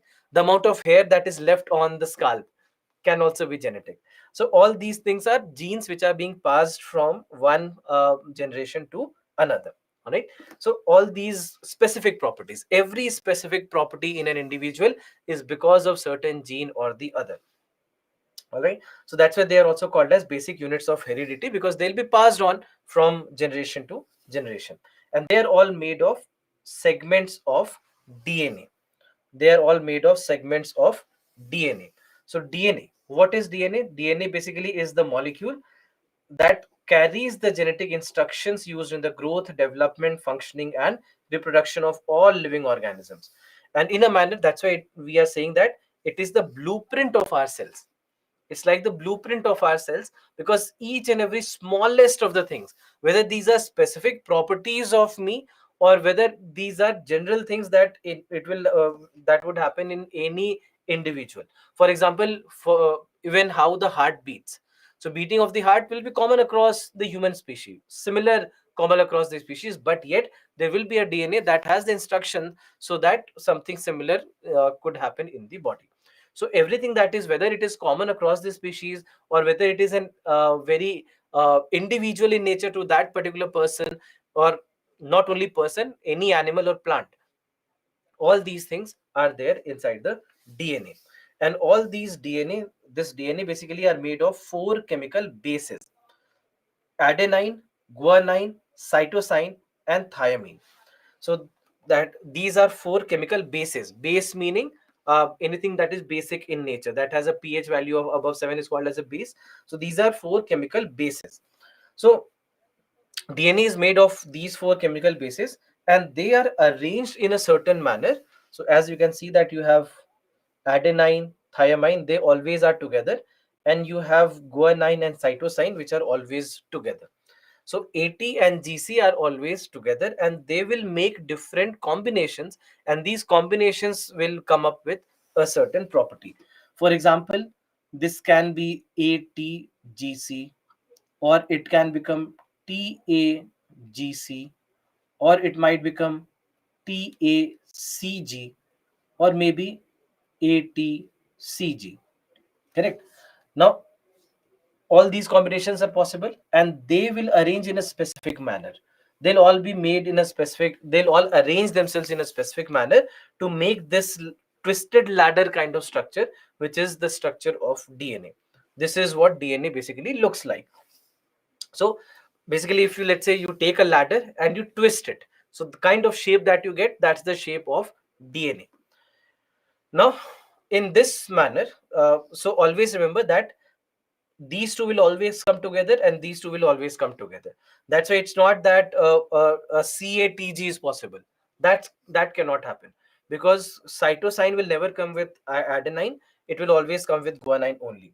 So this kind of a structure is what we get, and this is called as a double helical or double helix structure. So that's the structure of DNA. Now, apart from DNA, so all these DNA, basically all these chemical bases will come together, they'll arrange together in a manner that they have some kind of specific property in the body.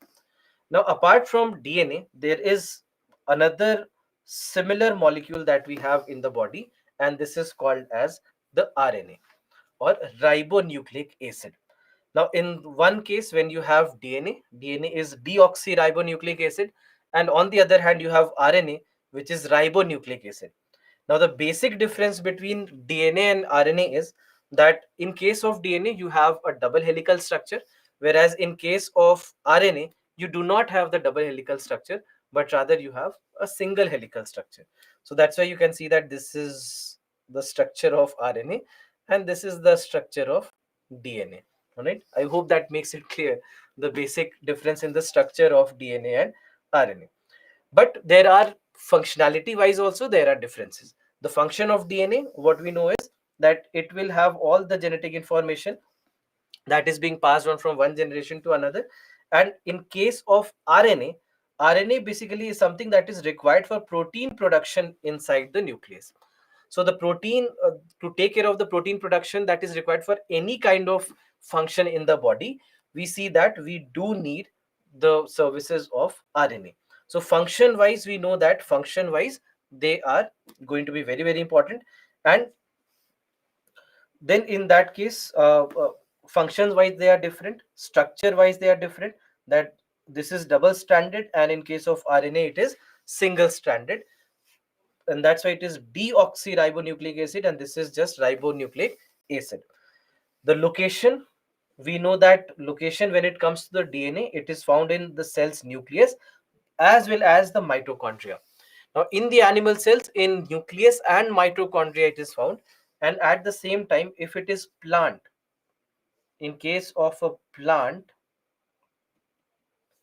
even in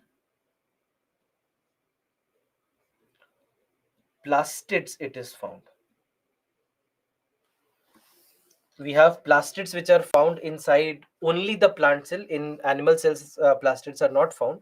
Plastids basically uh, help in the food production. I mean, that is where chlorophyll comes from. So so plastids will have chloroplast, and chloroplast will produce chlorophyll. So DNA is not only present inside the nucleus, but it is also present in another cell organelle which is called as mitochondria. What does mitochondria do? What is the role of mitochondria? What do we call mitochondria as? I'm very sure that you have the answer. Yes, everybody is jumping to the answer. Powerhouse of the cell, right? So it is called as the powerhouse of the cell. And why do we call it as powerhouse of the cell? Mainly because of the fact that it basically uh, uh, provides energy to the cell for different types of things that the body has to do. For that, the energy that is required, or the cellular energy that is required, it comes from mitochondria. So that's why it is called as the powerhouse of the cell. And in so that's why DNA, just remember that DNA is found in nucleus, in mitochondria, also in plastids. And interestingly, this is also a question that was asked in your 2004 prelims, long time back, 2 decades back. This is a question that was asked in 2004 prelims. They had given nucleus, mitochondria, plastids, and the question was which of the above parts of the cell contains DNA? One only, one, two, and three, two and three only, and so on. So it was a difficult question because everybody knows that in nucleus we have DNA, but not a lot of people know that even mitochondria, even plastids also have DNA in them. So that was the question that was asked in your 2004 prelims paper. So, so that is where DNA is found, and RNA will be found everywhere. Wherever protein synthesis has to happen, RNA will be present here. So all these are differences. Apart from that, there is one more difference, that you have adenine, guanine, thymine, and cytosine in case of DNA, whereas in case of RNA, you have guanine, adenine, and cytosine, but instead of thymine, you have uracil. So that's another difference that we have between DNA and RNA. So that's why these differences perhaps could be important for your prelims examination, if at all they have to ask these questions.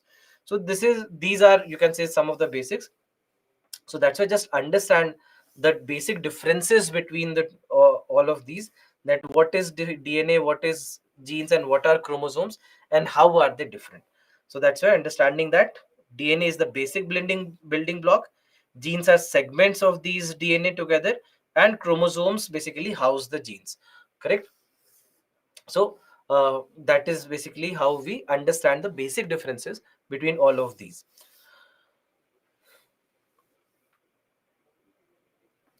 Now coming to the use of all these things.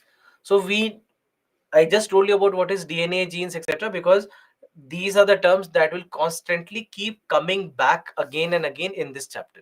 We'll keep talking about genes, DNA, etc., and I'll keep using all these terms very casually. So that's why you should know the meaning of all these terms, so that you'll understand every time we are mentioning these terms.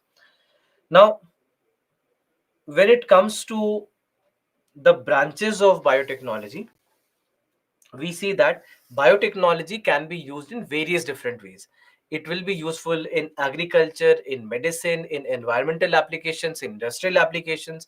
There are multiple ways in which we can make the use of biotechnology. So each and every branch, each and every segment where biotechnology is being used, there's a color that has been given to it based on its use. So when we say green biotechnology, we are talking about agriculture.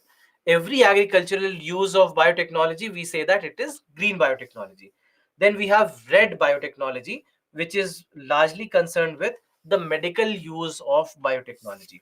Then we have blue biotechnology. Blue biotechnology is with regards to water.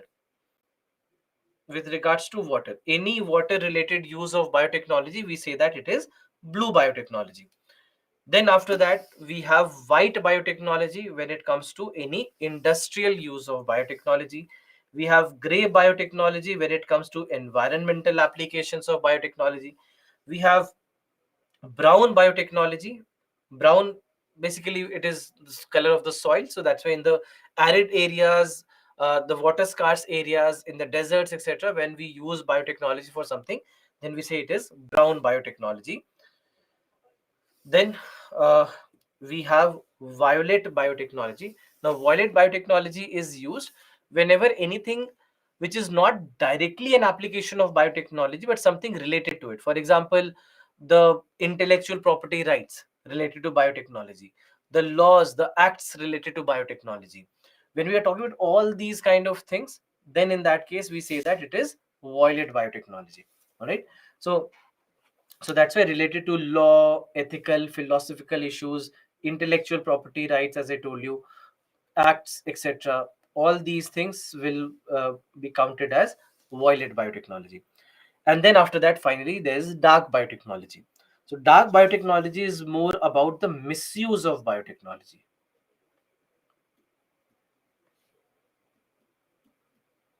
Misuse of biotechnology is called as dark biotechnology.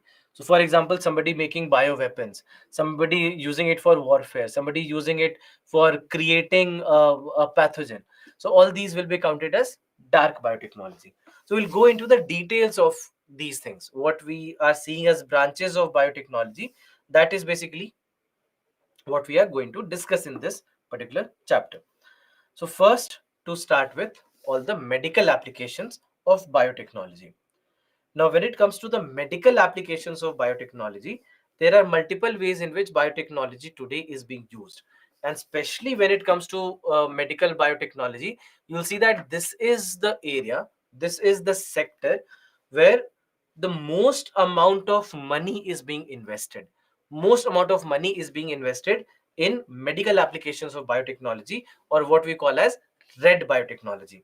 Now, if you see this, even if you look at the data for India, you'll find that 70% of all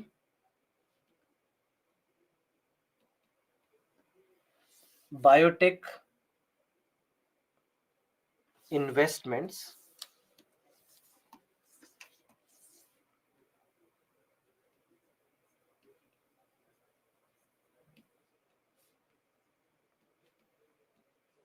in India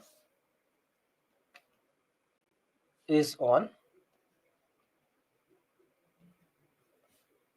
medical applications. More than, actually, let me write this, more than 70% of all the money that we are spending on biotechnology, we are spending it on medical applications. So that, with that, you can imagine the kind of money that is being invested here, the amount of money that we are investing here. It's huge, and there are obvious reasons for it, because for all the unsolvable diseases, all the diseases for which we don't have an answer today, let's say something like a cancer, something like AIDS, and all these unsolvable problems, that is where we are trying to use biotechnology in one way or the other. Whether it is through gene therapy, whether it is through stem cell therapy, whether it is through the process of cloning or DNA fingerprinting. So there are multiple different ways in which we are trying to solve the unsolvable problems of the medical science today. So that is why medical applications become crucially important. So when it comes to gene therapy, for example, gene therapy is nothing but the therapeutic delivery of nucleic acid into a patient's cell as a drug to treat the disease. Now, what do I mean? Gene therapy. Why are we using gene therapy? What do we know about gene?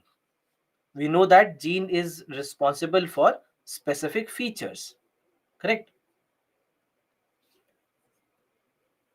It is responsible for specific features. So even in keeping the body well, keeping the body intact, genes are responsible. And that's why sometimes what may happen is, due to, let's say, malfunctioning of a gene, or because of maybe absence of a gene, we might see certain diseases developing in somebody. So a disease might occur because of presence of a gene which is unwanted, absence of a gene which was required, or maybe some transformation, some changes in the gene which is unwanted. Because of all these reasons, there are chances that a disease might occur in a body or in an individual. So that is where gene therapy becomes crucially important. That is where gene therapy becomes crucially important, because with gene therapy we'll be able to solve these problems, either by introduction of a new gene,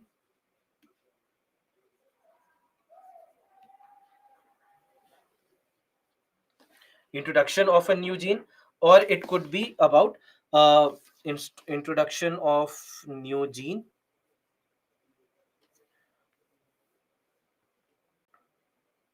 or it could be about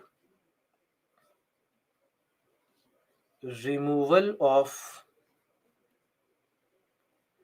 an unwanted gene,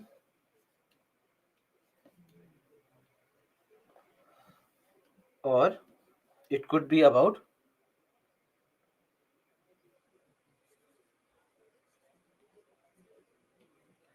modification in a gene.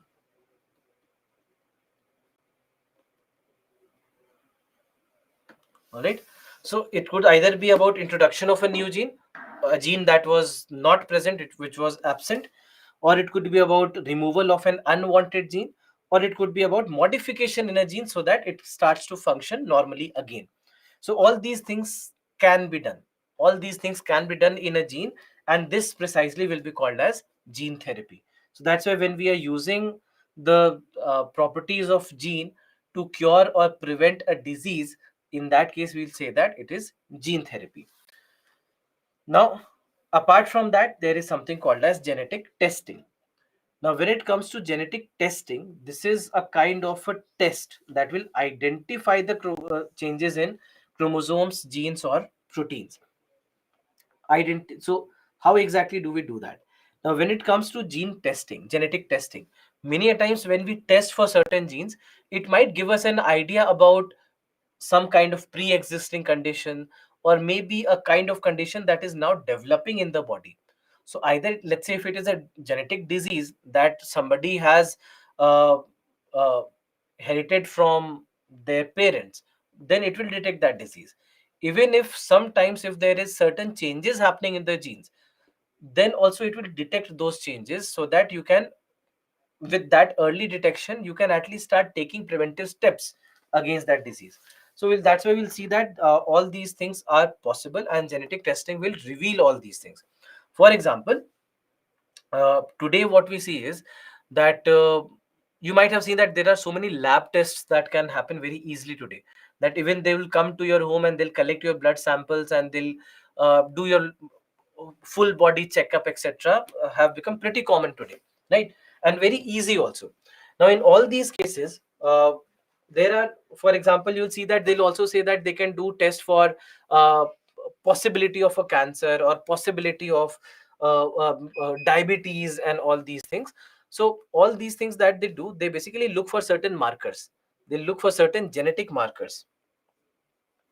They look for certain genetic markers, and these genetic markers, they will give them an idea about whether or not this disease is present or absent, or if there is a chance of this disease developing, even if not today, maybe in 10 years, maybe if not today, maybe tomorrow, maybe 5 years from now. But there will be an indication in certain gene, and that's why they will indicate it, and they'll say that, okay, fine, these are the precautions that you should take, so that you can prevent even the future occurrence of such a disease. So that's basically that is something that can be confirmed with the help of a genetic test. Then, in drug administration, Now, even in the money that we were talking about, the money that is being spent on medical applications of biotechnology, most of the money is being spent on something called as biopharmaceutics. Biopharmaceutics. Now, biopharmaceutics basically is about the interrelationships of the physical or chemical properties of the drug, the dosage form, and the manner of drug administration on the rate and extent of drug absorption. What do we mean? Biopharmaceutics, right? Just break the word down. Biopharmaceutics. Bio, we know where it comes from, living organisms. What is pharmaceutics? Where does pharma come from? What is pharmaceutics related to? Can you tell me first? Medicine, correct, right? It is related to medicine. So when we are looking at the physical and chemical properties of medicine and its dosage form, and how it would have an effect on an individual or a living organism, whether positive or negative, whether a positive impact by curing that disease, or whether a negative impact in terms of, let's say, a side effect. So all these things are determined as a part of biopharmaceutics, and that's why biopharmaceutics becomes a very very important branch of medical biotechnology, because this is where we are trying to create all those medicines, produce all those medicines that will have a very good positive impact on somebody. That even if the disease is being cured, can we cure the disease faster? Can we cure the disease faster? Can we make the medicines cheaper? There are all these different things that we are trying to examine as a part of biopharmaceutics, and hence there are multiple different branches of biopharmaceutics. For example, we have something called as pharmacokinetics. Pharmacokinetics, again, try to break down this word. You have the word pharma, you have the word kinetics. So pharma, obviously, again related to medicines. Kinetics, where do we use the word kinetic? What is the word kinetic related to? Okay, moving, movement, energy, motion. Yes. So that's why when we say kinetic energy, we mean that is energy due to motion. Correct? Due to motion. So kinetic is the word that is related to motion, and pharma related to medicine. So pharmacokinetics is related to the motion of medicines inside our body. How fast does how fast does the body react to these medicines? What is the absorption rate of the medicines? How fast are the excretion of medicines happening? So when we try to examine all these things, this is something that we call as pharmacokinetics. And this pharmacokinetics becomes a very, very crucial part of biopharmaceutics. How? Is it only about the improvements? Is it only about how can we improve the rate of absorption, or how can we improve the rate of this medicine acting in the body? No. Every disease has its own pace. Every disease has its own pace, right? There are certain diseases that develop in us very quickly. Diarrhea, for example, cholera, for example. These are diseases that occur very quickly, that develop very quickly, might take just a couple of hours to develop. On the other hand, some viral diseases that they take time, let's say COVID-19. So COVID-19 from just a few hours could take up to 2 weeks of time to develop in a certain individual. So that's why we have to design medicines, if at all we can. Right now, I know that we are using medicines as of sorry, vaccines as of now. But if, let's say, we have to develop a medicine against it, we'll have to ensure that this medicine acts faster than the rate of development of that disease. Then only it can cure it. So the diseases that occur faster, will have to make medicines also that respond faster. And for the diseases that occur slower, we can make medicines that can even act slower. So that speed of the disease development also matters, and that is where pharmacokinetics becomes very very crucial, right? So that's why it is described as what the body does to the drug refers to the movement of the drug into, through, and out of the body. Correct? So that's why the absorption rate, the assimilation rate, the response rate, all these kind of things are discussed as a part of pharmacokinetics. So that's why this becomes very very crucial.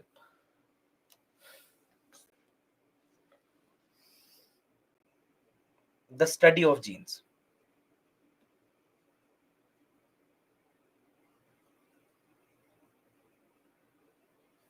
So when we say pharmacogenomics, we are trying to combine genetics and pharmaceutical, right?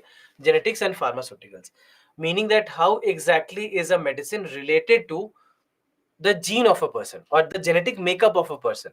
How does the genes of a certain kind, or let's say a certain arrangement of genes, how does it respond to the medicine? Fast, slow, whatever is the response. So all these kind of things, and depending on the genetic makeup, can we make medicines that will work faster, that will be more effective? So that is basically what we are trying to make here. So basically it will help us in making effective medicines.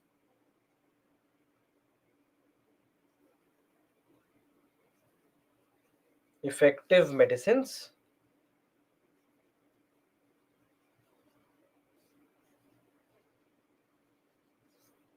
based on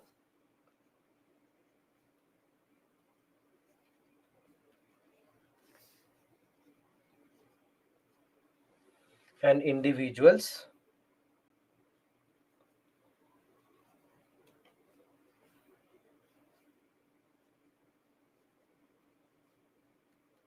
genetic makeup or genetic structure. So that basically is the role of pharmacogenomics. Then after this, we have something called as virotherapy. Now, in case of virotherapy, viro comes from virus, right?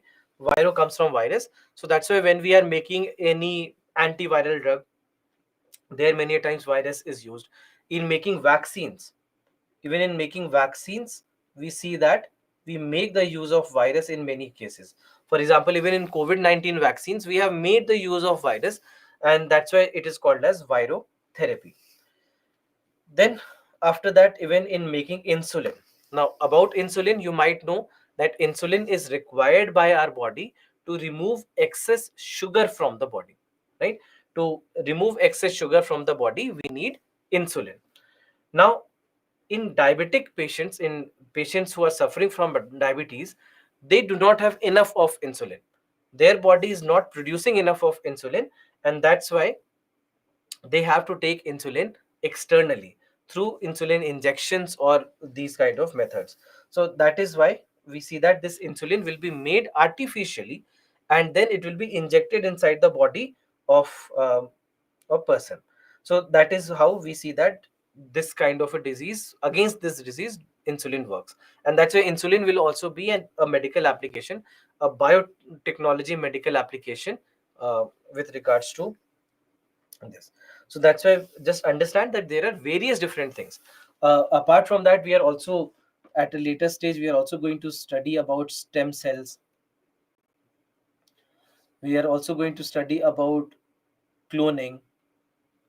We'll also study about DNA fingerprint.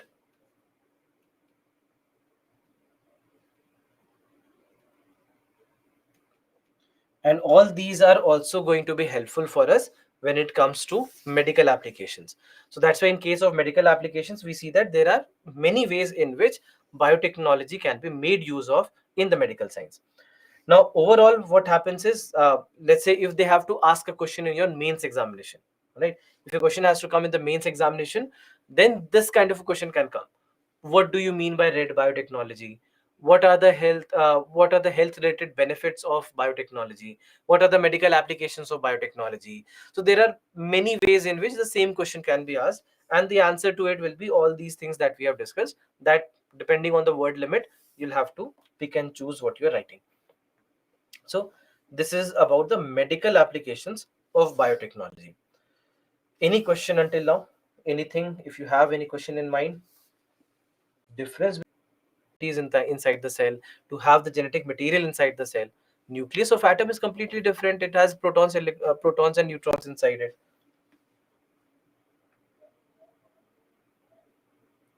What is the relation between DNA and chromosomes? So chromosome, basically you can say, is the structure that has all the DNA in it, all the DNA arranged as different genes which have been arranged in this chromosome.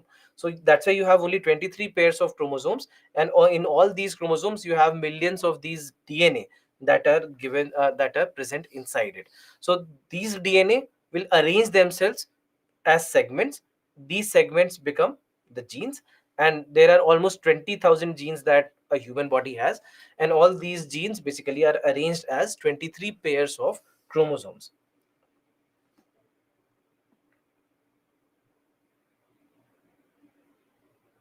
Can't get mitochondria. Mitochondria, just know this, that mitochondria is a part inside the cell called as a cell organelle. It's a part inside the cell that provides energy to the entire cell, provides energy for each and every function inside the cell.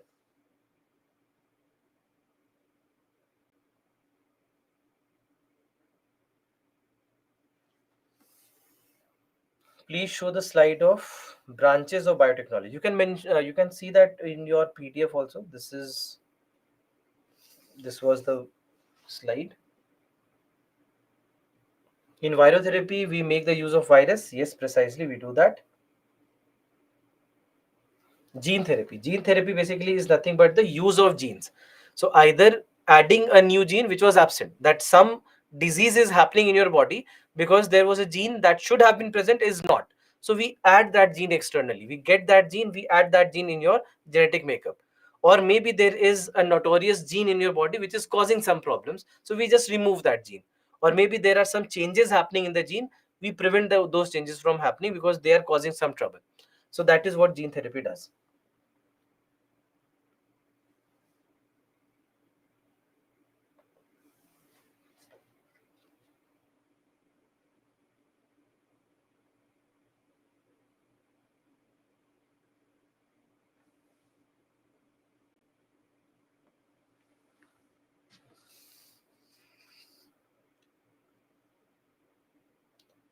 From which part of body we can get the genes? Every part of the body, because cell is present in every part of your body, so that's why you can get genes from any part of your body that you want.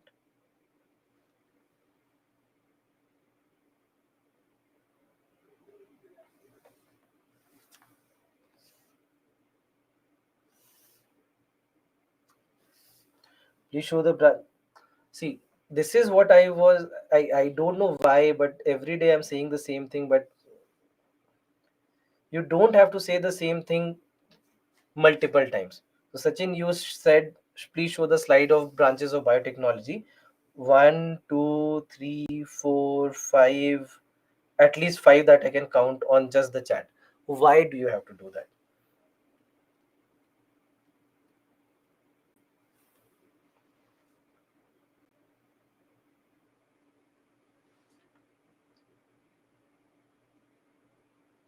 Bone marrow transplant is gene therapy, not related to gene therapy, but rather related to stem cell therapy. We'll discuss that.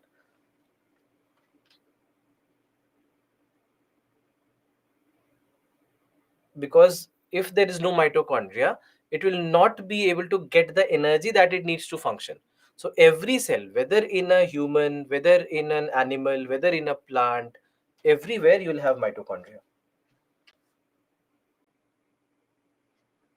Of field of forensic science, we'll discuss this. We'll go to the topic of DNA fingerprinting, and that is where we'll discuss this. Basically, you need the carbohydrates for providing that energy in form of ATP, and that is being provided by mitochondria. That is synthesized by mitochondria, and it provides it. When we are designing medicines accordingly so that it can be very effective, that is pharmacogenomics. Today's semi-final match. I know today's semi-final match, but I had a class scheduled, so unfortunate for me. That may lead to cancer.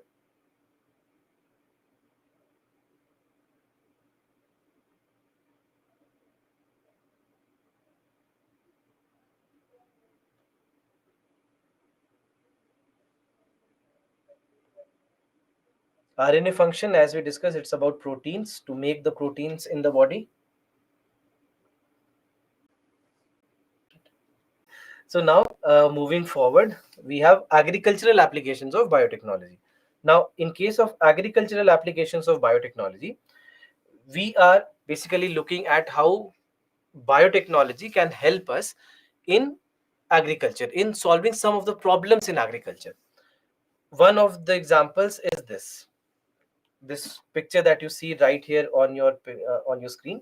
Do you know what exactly it is?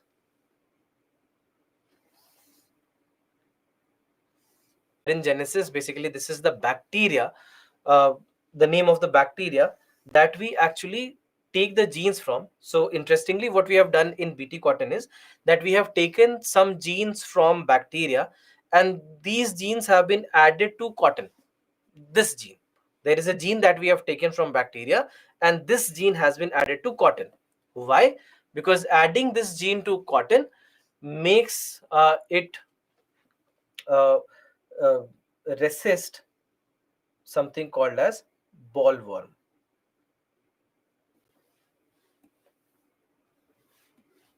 There is a pest called as bollworm, and this pest bollworm used to be a big challenge. This bollworm used to be a big challenge for cotton industry or cotton production, because it would eat away a lot of cotton crops, destroy a lot of cotton crops, and the productivity of cotton would go down by up to 20 to 25%. So that's why for cotton, this bollworm has been a big challenge. To solve this problem, a gene which we identified in a bacteria, we took that gene from that bacteria.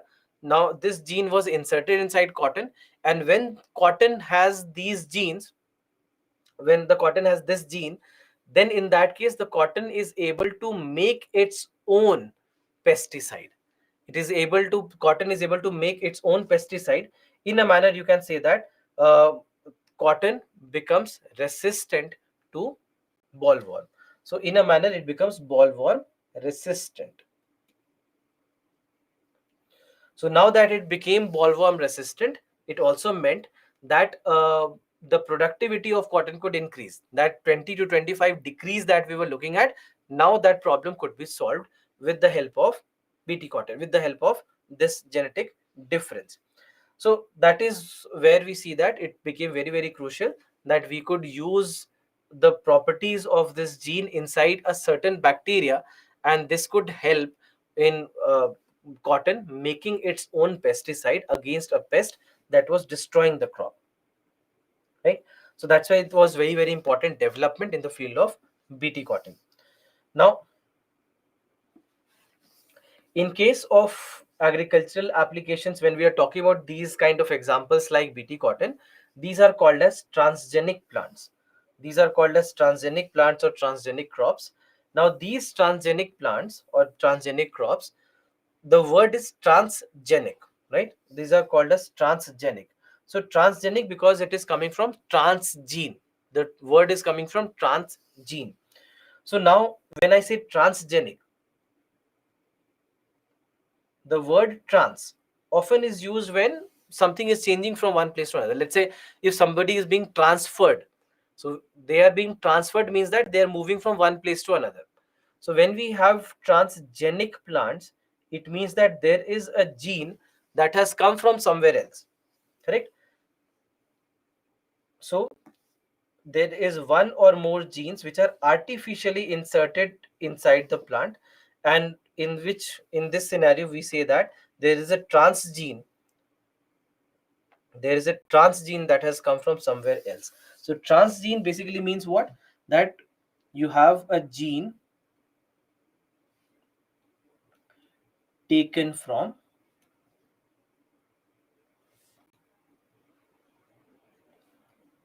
some other organism.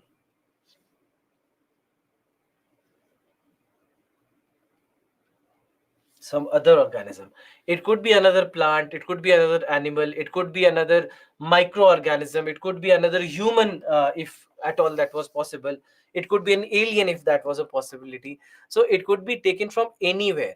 Whenever the gene is coming from somewhere else, it's not coming from the same plant, it is coming from somewhere else, then in that case we'll say that it is a transgene, and these kind of plants will be called as transgenic plants. These kind of crops will be called as transgenic crops. So that is basically what's happening here.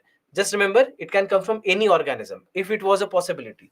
So you just have to find which organism can you take it from. So for example, let's say uh, tomorrow, if we wanted the plants to move, if we wanted the plants to move, then in that case we'll have to find the genes which are responsible for movement inside the human body. We'll find those genes, we'll take those genes, insert it inside the plant, and the plants will also start to move. If at all that was possible, if at all that was possible, this is basically something that we can do. So then in that case, that kind of a plant that is able to roam around from one place to another would be called as a transgenic plant. But it's not that simple that you can take any gene from anywhere and insert it inside any plant that you want. It's not that easy. So but otherwise, theoretically it's possible. Theoretically you can do all that. You want the plants to speak, you find the genes which are responsible for voice, you take that gene, insert it inside the plant, and plants will start to speak and say, I am Groot. So all these things are actually possible. uh, Theoretically possible. Theoretically all these things are possible. Practically we haven't seen these things being possible at all until now. So walking and talking plants can only happen in movies like the Marvel movies or the Lord of the Rings movies and all that. So but theoretically all these will be called as transgenes. All right. Now in case of plants, when we are talking about plants, we basically see that all these things are there. And in case of cotton, we have seen that this is the specific gene, CRY1AC. This is the name of the gene that has been taken from a bacteria, and that's why it has been named as bt cotton. Right, it has been named as bt cotton, and it makes it pest resistant against bollworm. Similarly, there are a lot of desirable properties that we could add to these crops. So for example, we can increase the crop production. We discussed about how bt cotton was able to increase the crop production by 20 to 25%. Similarly, we can also use it for increasing the nutritional value. All right, this could be used for increasing the nutritional value of the produce as well. Here one example that we have is called as golden rice. Now golden rice is a kind of rice where you have enhanced amount of vitamin A. You have enhanced amount of vitamin A. Now when we consume rice, right? When we consume rice, we don't consume rice for vitamins, correct? Rice is a source of what? Rice is a source of carbohydrate, right? Rice is source of carbohydrate. So, and carbohydrate provides us energy. So rice basically is consumed so that we can get carbohydrates. Rice is consumed so that we can get carbohydrates and get energy from there, but not for vitamin A. But there is possibility that we can add something called as beta carotene that is taken from daffodil plant and insert inside the rice, and then this beta carotene will be converted to vitamin A, and hence this variety of rice will also have vitamin A apart from carbohydrates. So it will have carbohydrates. Additionally, it will have vitamin A. Where would we use it? We would use it whenever we are supposed to give it to people who have deficiency of vitamin A, or areas or regions where we see deficiency of vitamin A. To that population, we can give golden rice, and with this golden rice, they'll be able to maintain the levels of vitamin A that is required for their proper functioning. So that is where we see that prevention of uh, deficiency of vitamin A can be done with the help of golden rice. So if you see the pictures, you see that this basically is the golden rice. This is golden rice, and this is the normal rice, the white colored rice. Right, this is the normal rice, and the yellow colored one, I obviously calling yellow rice would not sound well. Golden rice seems very nice, so that's why golden rice is what we are saying. So you can see the basic difference between the normal rice that we consume versus golden rice. So it has better nutritional value, right? It has better nutritional value. Now in case of other such applications, we see that also we can increase the shelf life. We can even increase the shelf life of the fruits, vegetables, plants, or even seeds. In all these cases also, we can make certain genetic changes so that they can last longer. So doing that is also possible, and we have been doing it. Similarly, there are environmental benefits also. So for example, let's say when we talk about bt cotton making its own pesticide, it simply also means that because it is making its own pesticide,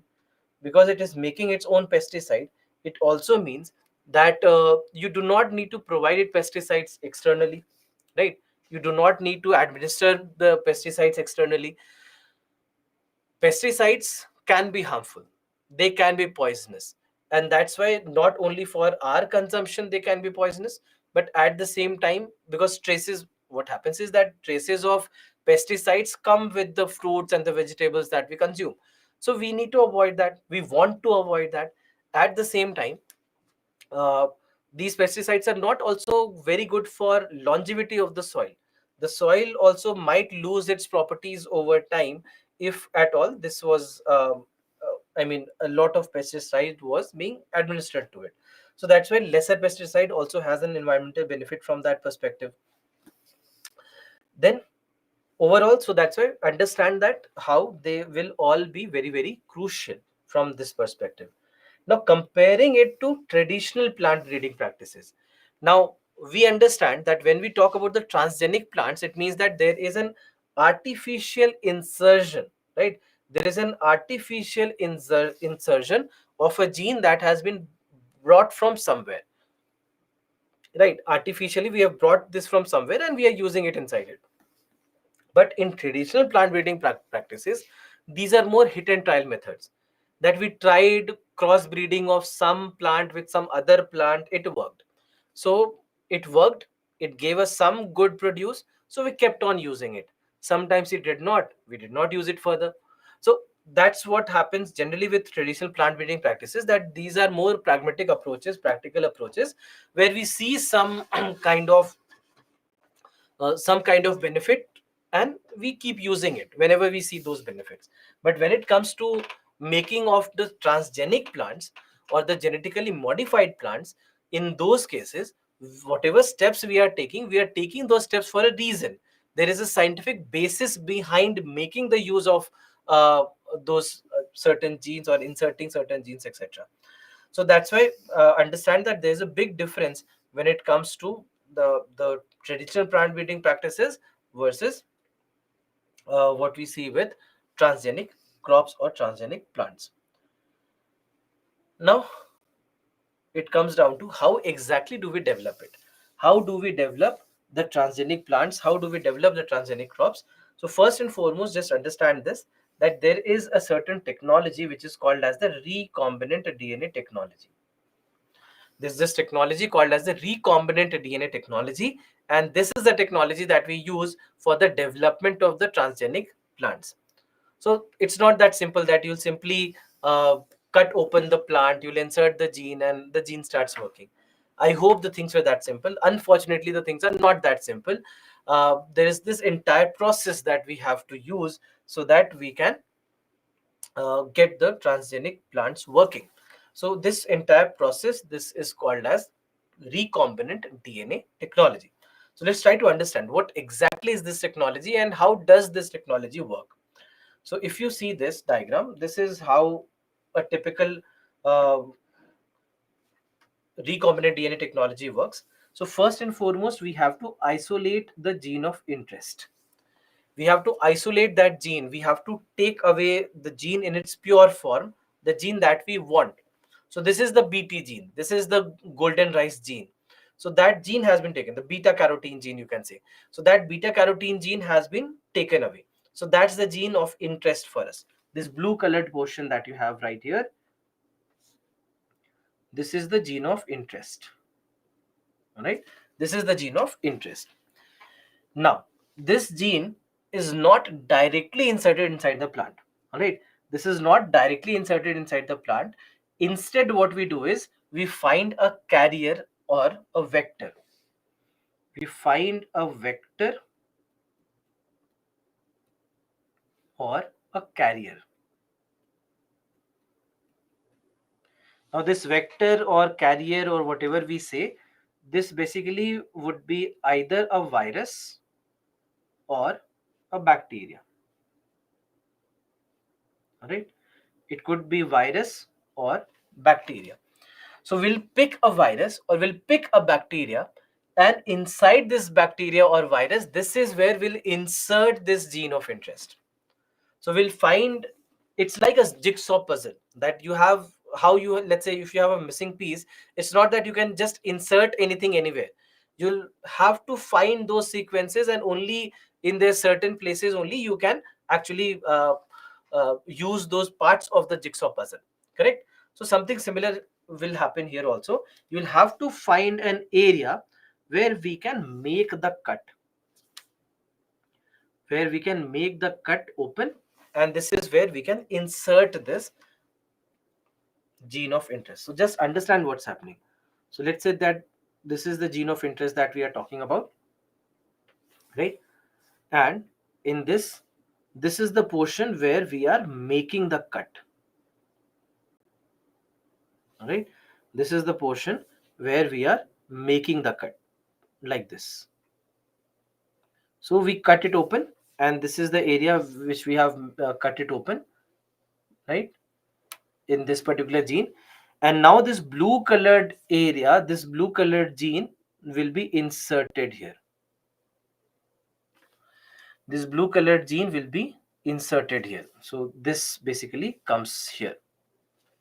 This blue colored portion, it comes here. So in this manner, basically what we are doing is that we found where the cut can be made, so that exactly we can fit this gene of interest. And then we have cut it open, the carrier, basically the carrier or the vector as you call it, it has been cut it, we have cut it open, and then we have inserted the gene of interest here. And then we'll also have to make the ends to stick together. So we'll take a fevicol or a fevistick, etc., and we'll make the stick ends to stick together. But that fevicol here is not the fevicol that obviously that we use in our homes, but there is a certain enzyme that we use.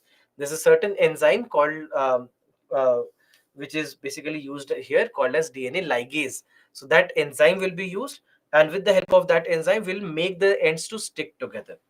And once we have done that, this is where we'll produce multiple copies, thousands to lakhs of copies of this particular gene. And then ultimately it will be inserted inside the plant. So that's why the entire method is not that direct. It's not that you pick the gene and insert it inside the plant and it magically starts working. Unfortunately, things are not that simple. There is this entire process that we have to follow. So first we'll pick the gene, we'll pick the gene of interest, then we'll pick a suitable vector for it, a suitable carrier for it, and we will insert it inside this carrier, right? We will insert it inside this carrier. Once we have done that, once we have inserted it inside the carrier, this is where what we'll do next is that we will produce multiple copies of it. And once we have these multiple copies, we'll finally insert it inside the plant. So again, just going through the steps, the first step is to isolate the desired DNA in its pure form, right? Away from any kind of macromolecules or any any kind of impurities. We'll first isolate the desired DNA. Then after that, we will make the use of something called as restriction enzymes. We'll make the use of something called as restriction enzymes, and these restriction enzymes will play a major role in determining where this location is. Restriction enzymes will mark the location. It will mark the location where we have to make the cut in the vector. So restriction enzymes will be used there for identification of that area. So that will be done. So this process is called as restriction enzyme digestion. Then after that, we are making the use of the enzyme called as DNA ligase. And as I told you, that DNA ligase will be required for making the ends to stick together. It's the fevicol, you can say. It's the fevicol of this particular entire process. So DNA ligase will be used. And then after that, you are making the use of polymerase chain reaction or PCR, so that you can create multiple copies. It's just like photocopying. So multiple copies of this will be created with the help of the PCR. And then lastly, it will be inserted inside the host. It will be introduced into the recipient host. This process also has a name called as transformation.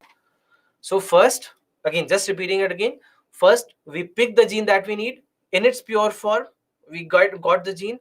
This gene then will be inserted inside the vector. For that, we need restriction enzymes.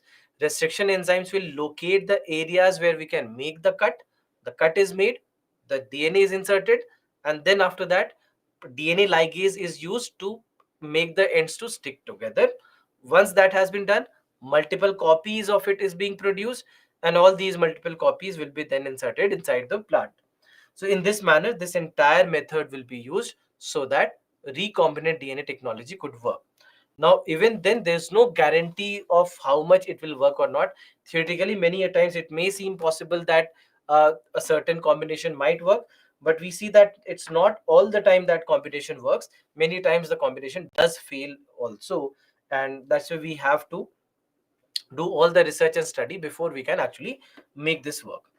So that is basically what we do in this entire process.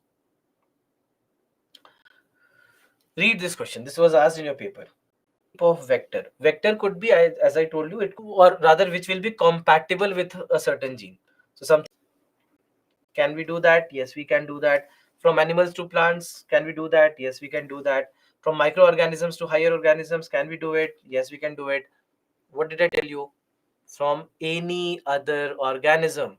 Any other organism. Why is the confusion? I don't know. Any organism. We can take any organism and we can transfer it from there. I'm not saying whether it will work or not. I'm saying any organism. Pick any organism. If you are taking the gene from there, if you are inserting it inside the plant, done. So whether it is about different species of plants, or from animals to plants, or microorganisms to higher organisms, we can do all that. That is what essentially we are doing. We are just picking our gene of interest. Where's the question of whether it is coming from a plant or an animal or an or a microorganism, or maybe from an alien? Nobody cares. As long as it is a gene that is coming from some other organism, you can take it. That is what we have discussed. I wrote it here also. Gene taken from some other organism, right? So there is no question of whether it is only plant or animal or only microorganism. So please don't confuse in these things, please. All right. So that's why all these things actually can be done, right? All these things can be done. Now, overall, so this is about using it in terms of producing the transgenic plants. Now, there are other applications in agriculture.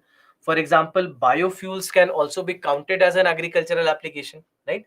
Biofuels, we discussed that most of the biofuels being used today, they are crop based. They are based on food crops. So because they are food crop based, obviously they are also agricultural application of biotechnology, right? So that's why biofuels also can be counted here.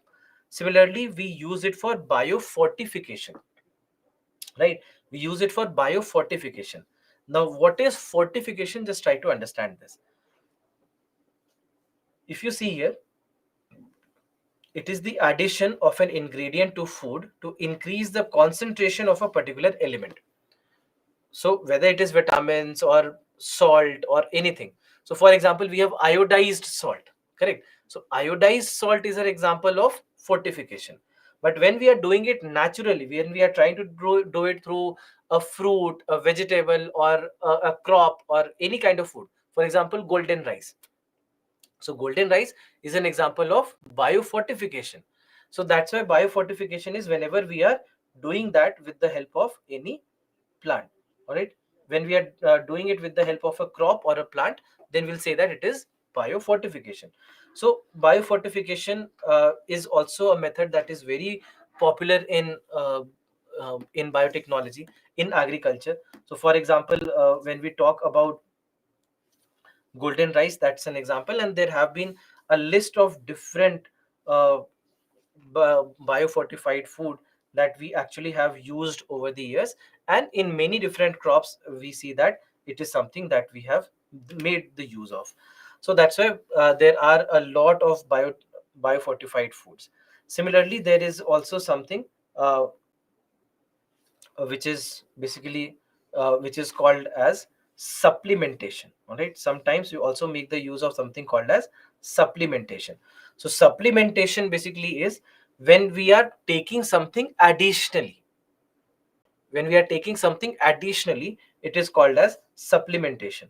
So in case of supplementation, what we see is that we actually are not doing it just through crops or just adding certain vitamins or minerals, let's say, in the crop, but instead of doing that, we are taking supplements. For example, let's say vitamin D supplements, bicosuls or vitamin B complex. So all these are supplements, so that is called as supplementation. And fortification is when we are adding it to the food instead of taking it as a medicine. So when you take it as a medicine, I'm just simplifying it. When you take it as a medicine, it is called as supplementation. When you take it as a part of your food, it is called as fortification. Then there is something that has been an issue, which is called as hidden hunger. Something that WHO has been flagging from time to time is hidden hunger. Now, what is hidden hunger? The meaning of hidden hunger is that when, let's say, many of the poor countries, for example, which are not able to produce their own food, but they rather are dependent on other countries, maybe European countries, US, India, Russia, China, Japan, etc. These are the countries which are supplying the food to them. Now in these kind of cases, what happens is, our focus always is on grains, providing carbohydrates first, providing the energy to survive first. So rice will be provided in large quantities. So what we see is that we are providing food, we are providing the food that is required, but they're not getting all the required nutrients. They're not getting every nutrient that they need for what you would call as a balanced diet, so that a good growth and development of the body could happen. So this kind of a scenario is called as hidden hunger, that although they are eating, although they are consuming enough for their survival, they're not getting every nutrient that they need.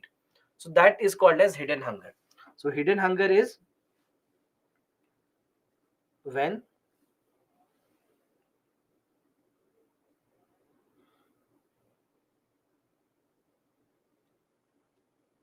enough food is provided, but not all the nutrients. So that is called as hidden hunger. That is something that is basically what has been flagged as hidden hunger. And it's not uh, largely about your bad food habits, that if, let's say, you are not eating, you have the resources to eat enough of fruits and vegetables to get all the vitamins and minerals, but you are choosing burgers, fries and pizza, so that's your call. So that will not be counted here. But when it leads to, let's say, something like malnutrition, when it needs to leads to some kind of deficiency diseases in somebody, then in that case it will be counted as hidden hunger, when they do not even have the access to that food. That is what counts more like hidden hunger. All right. So there are number of different biofortified food that has been used. Largely we see that it's about vitamin A,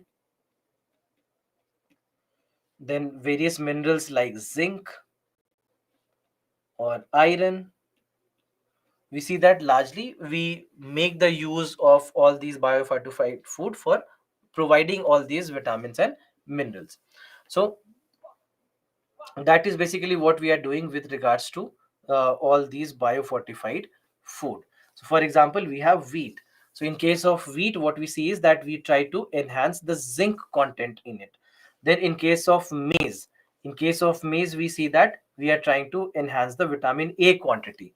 In case of sweet potato, we see that we are trying to increase the amount of beta carotene, and that will help in increasing vitamin A. Similarly, in beans, we try to enhance the iron and zinc content. In case of millet, we see that we try to enhance the iron content. So that's why in all these kind of uh, produce that we have, if you see here, we have been trying that in all these different, uh, we can enhance the vitamin and mineral uh, vitamins and minerals in them by doing some kind of genetic modification.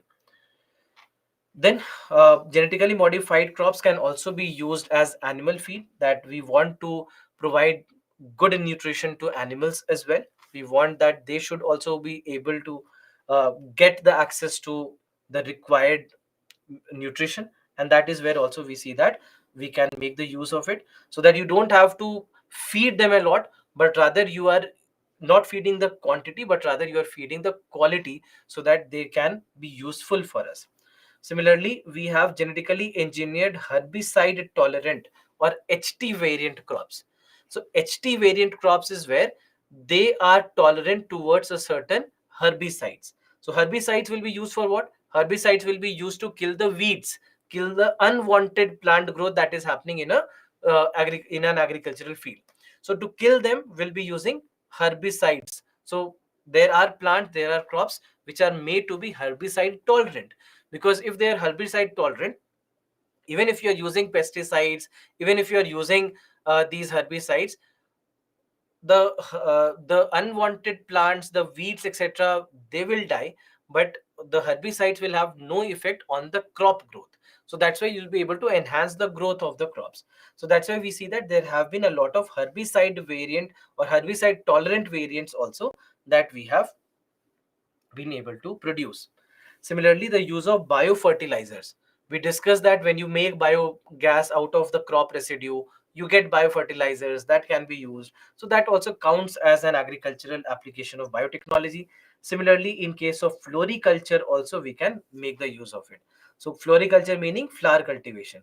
The flower cultivation industry can also make the use of biotechnology, or especially with regards to the use of biotechnology. So there also we see that it becomes very very crucial and very uh, important for from agricultural produce or agricultural income point of view. Because what do you need in flowers? You probably will want that the flowers are bigger, you might want that the contrast in colors are good, or they are lasting longer. So you'll need all these properties in a flower, and that's again where the flower industry has been working. So that's why not only in the food crops, but also we see that in the commercial crops also we have been trying that. For example, even in India's case, we have been trying something with GM rubber, right? We are trying something with GM rubber. So we want that GM rubber should be able to grow in northeastern states like Assam and Arunachal Pradesh. So in these kind of areas also we want them to grow. Largely we know that rubber grows in South India. It grows in states of Karnataka, in Kerala, in parts of Tamil Nadu, etc. These are the areas where significantly they are growing. But we also want it to grow in the northeastern states like Assam and Arunachal Pradesh, where the climatic conditions are very different. So GM rubber, we have modified it accordingly so that they can grow in those areas also. So genetic modification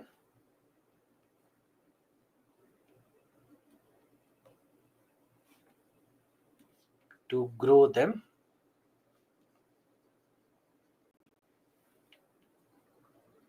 in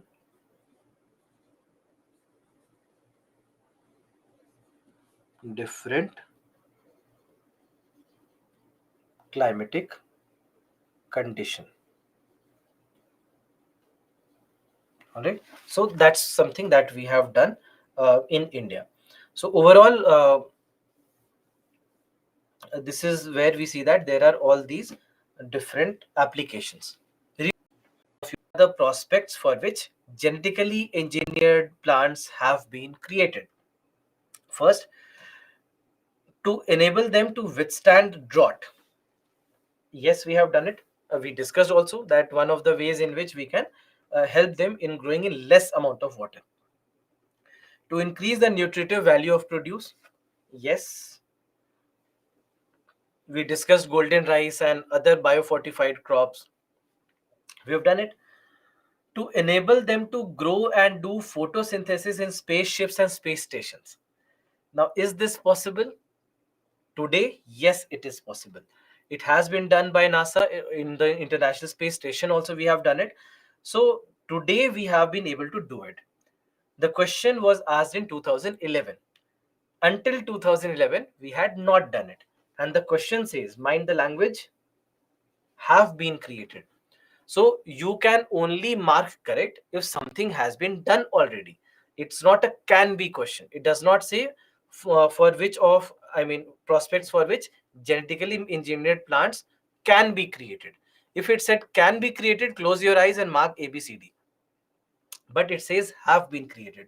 So unless you know that something like this has happened, you cannot mark it. So that's why in 2011 it was wrong. In 2023 it is correct.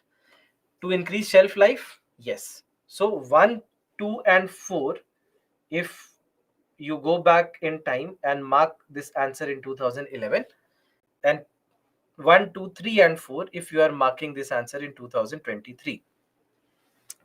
So that's why. So just this is how science changes. We'll take another question in uh, another chapter where we'll see that here to it happened in almost 10 years. There is another question that has come where it happened just in 2-3 years, that the answer that UPSC had given officially was correct back then, just 3 to 4 years back. Today it's wrong. So science changes that quickly sometimes. So that's why this question actually becomes a very interesting question, because it was actually asked in the paper. Right. Next, we have white biotechnology. Now, white biotechnology is basically related to industrial applications, right? It is related to industrial applications. So, in industries also, there are multiple ways in which we are making the use of biotechnology. For example, the process of preservation. There we are using biotechnology. The fermentation process, which is also used in biofuel production, that there also we are using white biotechnology.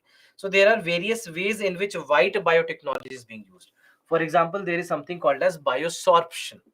So biosorption basically is, you can say, coming from biological absorption. Bio plus absorption becomes biosorption. So this is basically where certain types of inactive, dead or microbial biomass can be used to concentrate and bind heavy metals from even very dilute aqueous solution. What do we mean? So basically what we mean is that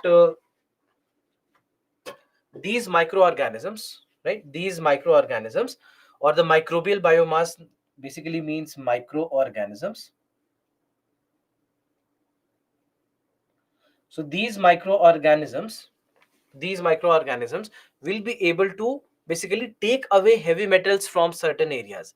So for example, let's say in the industrial units, when the soil would have become contaminated, so there will unleash these microorganisms, and they'll just eat away all the heavy metals, which could be otherwise poisonous or harmful for the soil and the health of the entire ecosystem of that area. So their microorganisms can be used, and that's why in the industrial process it is used as a process for a lot of ways. So that's why it is called as uh, biosorption. Then similarly we have something called as biomining. So biomining is when you are trying to extract something helpful, something which has a positive application. So that is called as biomining. So for example, for biomining, either microorganisms could be used, or even plants could be used. Microorganisms could be used, or even plants could be used for biomining. So with the help of biomining, what are we doing? With the help of biomining, we are trying to extract some desired metals or even fuel, even petroleum. So there also biomining could be used. So that's why extraction of desired minerals or even petroleum,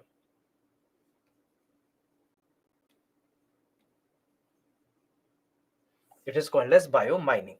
So that's why either microorganisms could be used, and they would simply go in that area, they'll just eat upon whatever is there, and from them then you will extract these metals or these minerals, you'll extract it from these microorganisms. Similarly, even plants can be used, basically the roots of the plants can be used, and this is called as phytomining. So phyto, just know that whenever you have this term phyto, Wherever you have this term phyto means plants, right? Phyto means plants. So wherever plants are being used, phyto will be the term. So phyto mining, that's why mining with the help of plants will be called as phyto mining. So in this particular scenario, we see that it can plants can also be used. The roots of the plants can be used. The roots of the plants will basically absorb the metals, minerals, etc., that are there in the soil, and then we take away the root, we burn the root, and from the ashes of the root we extract the metal. So for example, copper extraction many a times is done like that. That copper extraction will be done with the help of roots of the plants, because those areas are very dilute areas, so you do not really have a very high concentration of copper that you can use an industrial method, because industrial method will be way too costly, and you would have spent more money on extraction of copper uh, than the amount of money that you get from that copper. So then in that case, that makes no sense. It makes no financial sense, you can say. And that is where we see that phyto mining kind of process becomes very crucial. So there also we see that it is something that can be used. Lastly, we have something called as blue biotechnology. So blue biotechnology obviously is where we are using water or any application based on water. So for example, let's say when we are trying to clean water, when we are trying to clean water, where we have something like an oil zapper. So oil zapper is nothing but, you can say, a formulation of bacteria, of a formulation of bacteria where you have five different types of bacteria mixed together, five different types of bacteria which are mixed together, and they will be used wherever oil spills happen. They'll simply be taken to wherever oil spill has happened, and this oil zapper will start eating up on the hydrocarbon, and they'll disintegrate the hydrocarbon. They'll disintegrate the hydrocarbon into carbon dioxide and moisture. Into carbon dioxide and moisture, they'll just disintegrate it in a manner they'll take care of the oil spill on the sea or the ocean surface. So that is oil zapper, and that's why it will be called as blue biotechnology, because you are making the use of something on water, biotechnology on water. Similarly, when we talked about the algae based biofuel, so even algae based biofuel can be called as blue biotechnology, because there also it's a water related application. So in all these cases, when we are using anything with regards to water, we'll say that it is blue biotechnology, right? So let's stop our class here. The next application is environment based application, but we'll discuss about that in the next class. So if you have any doubt, please let me know.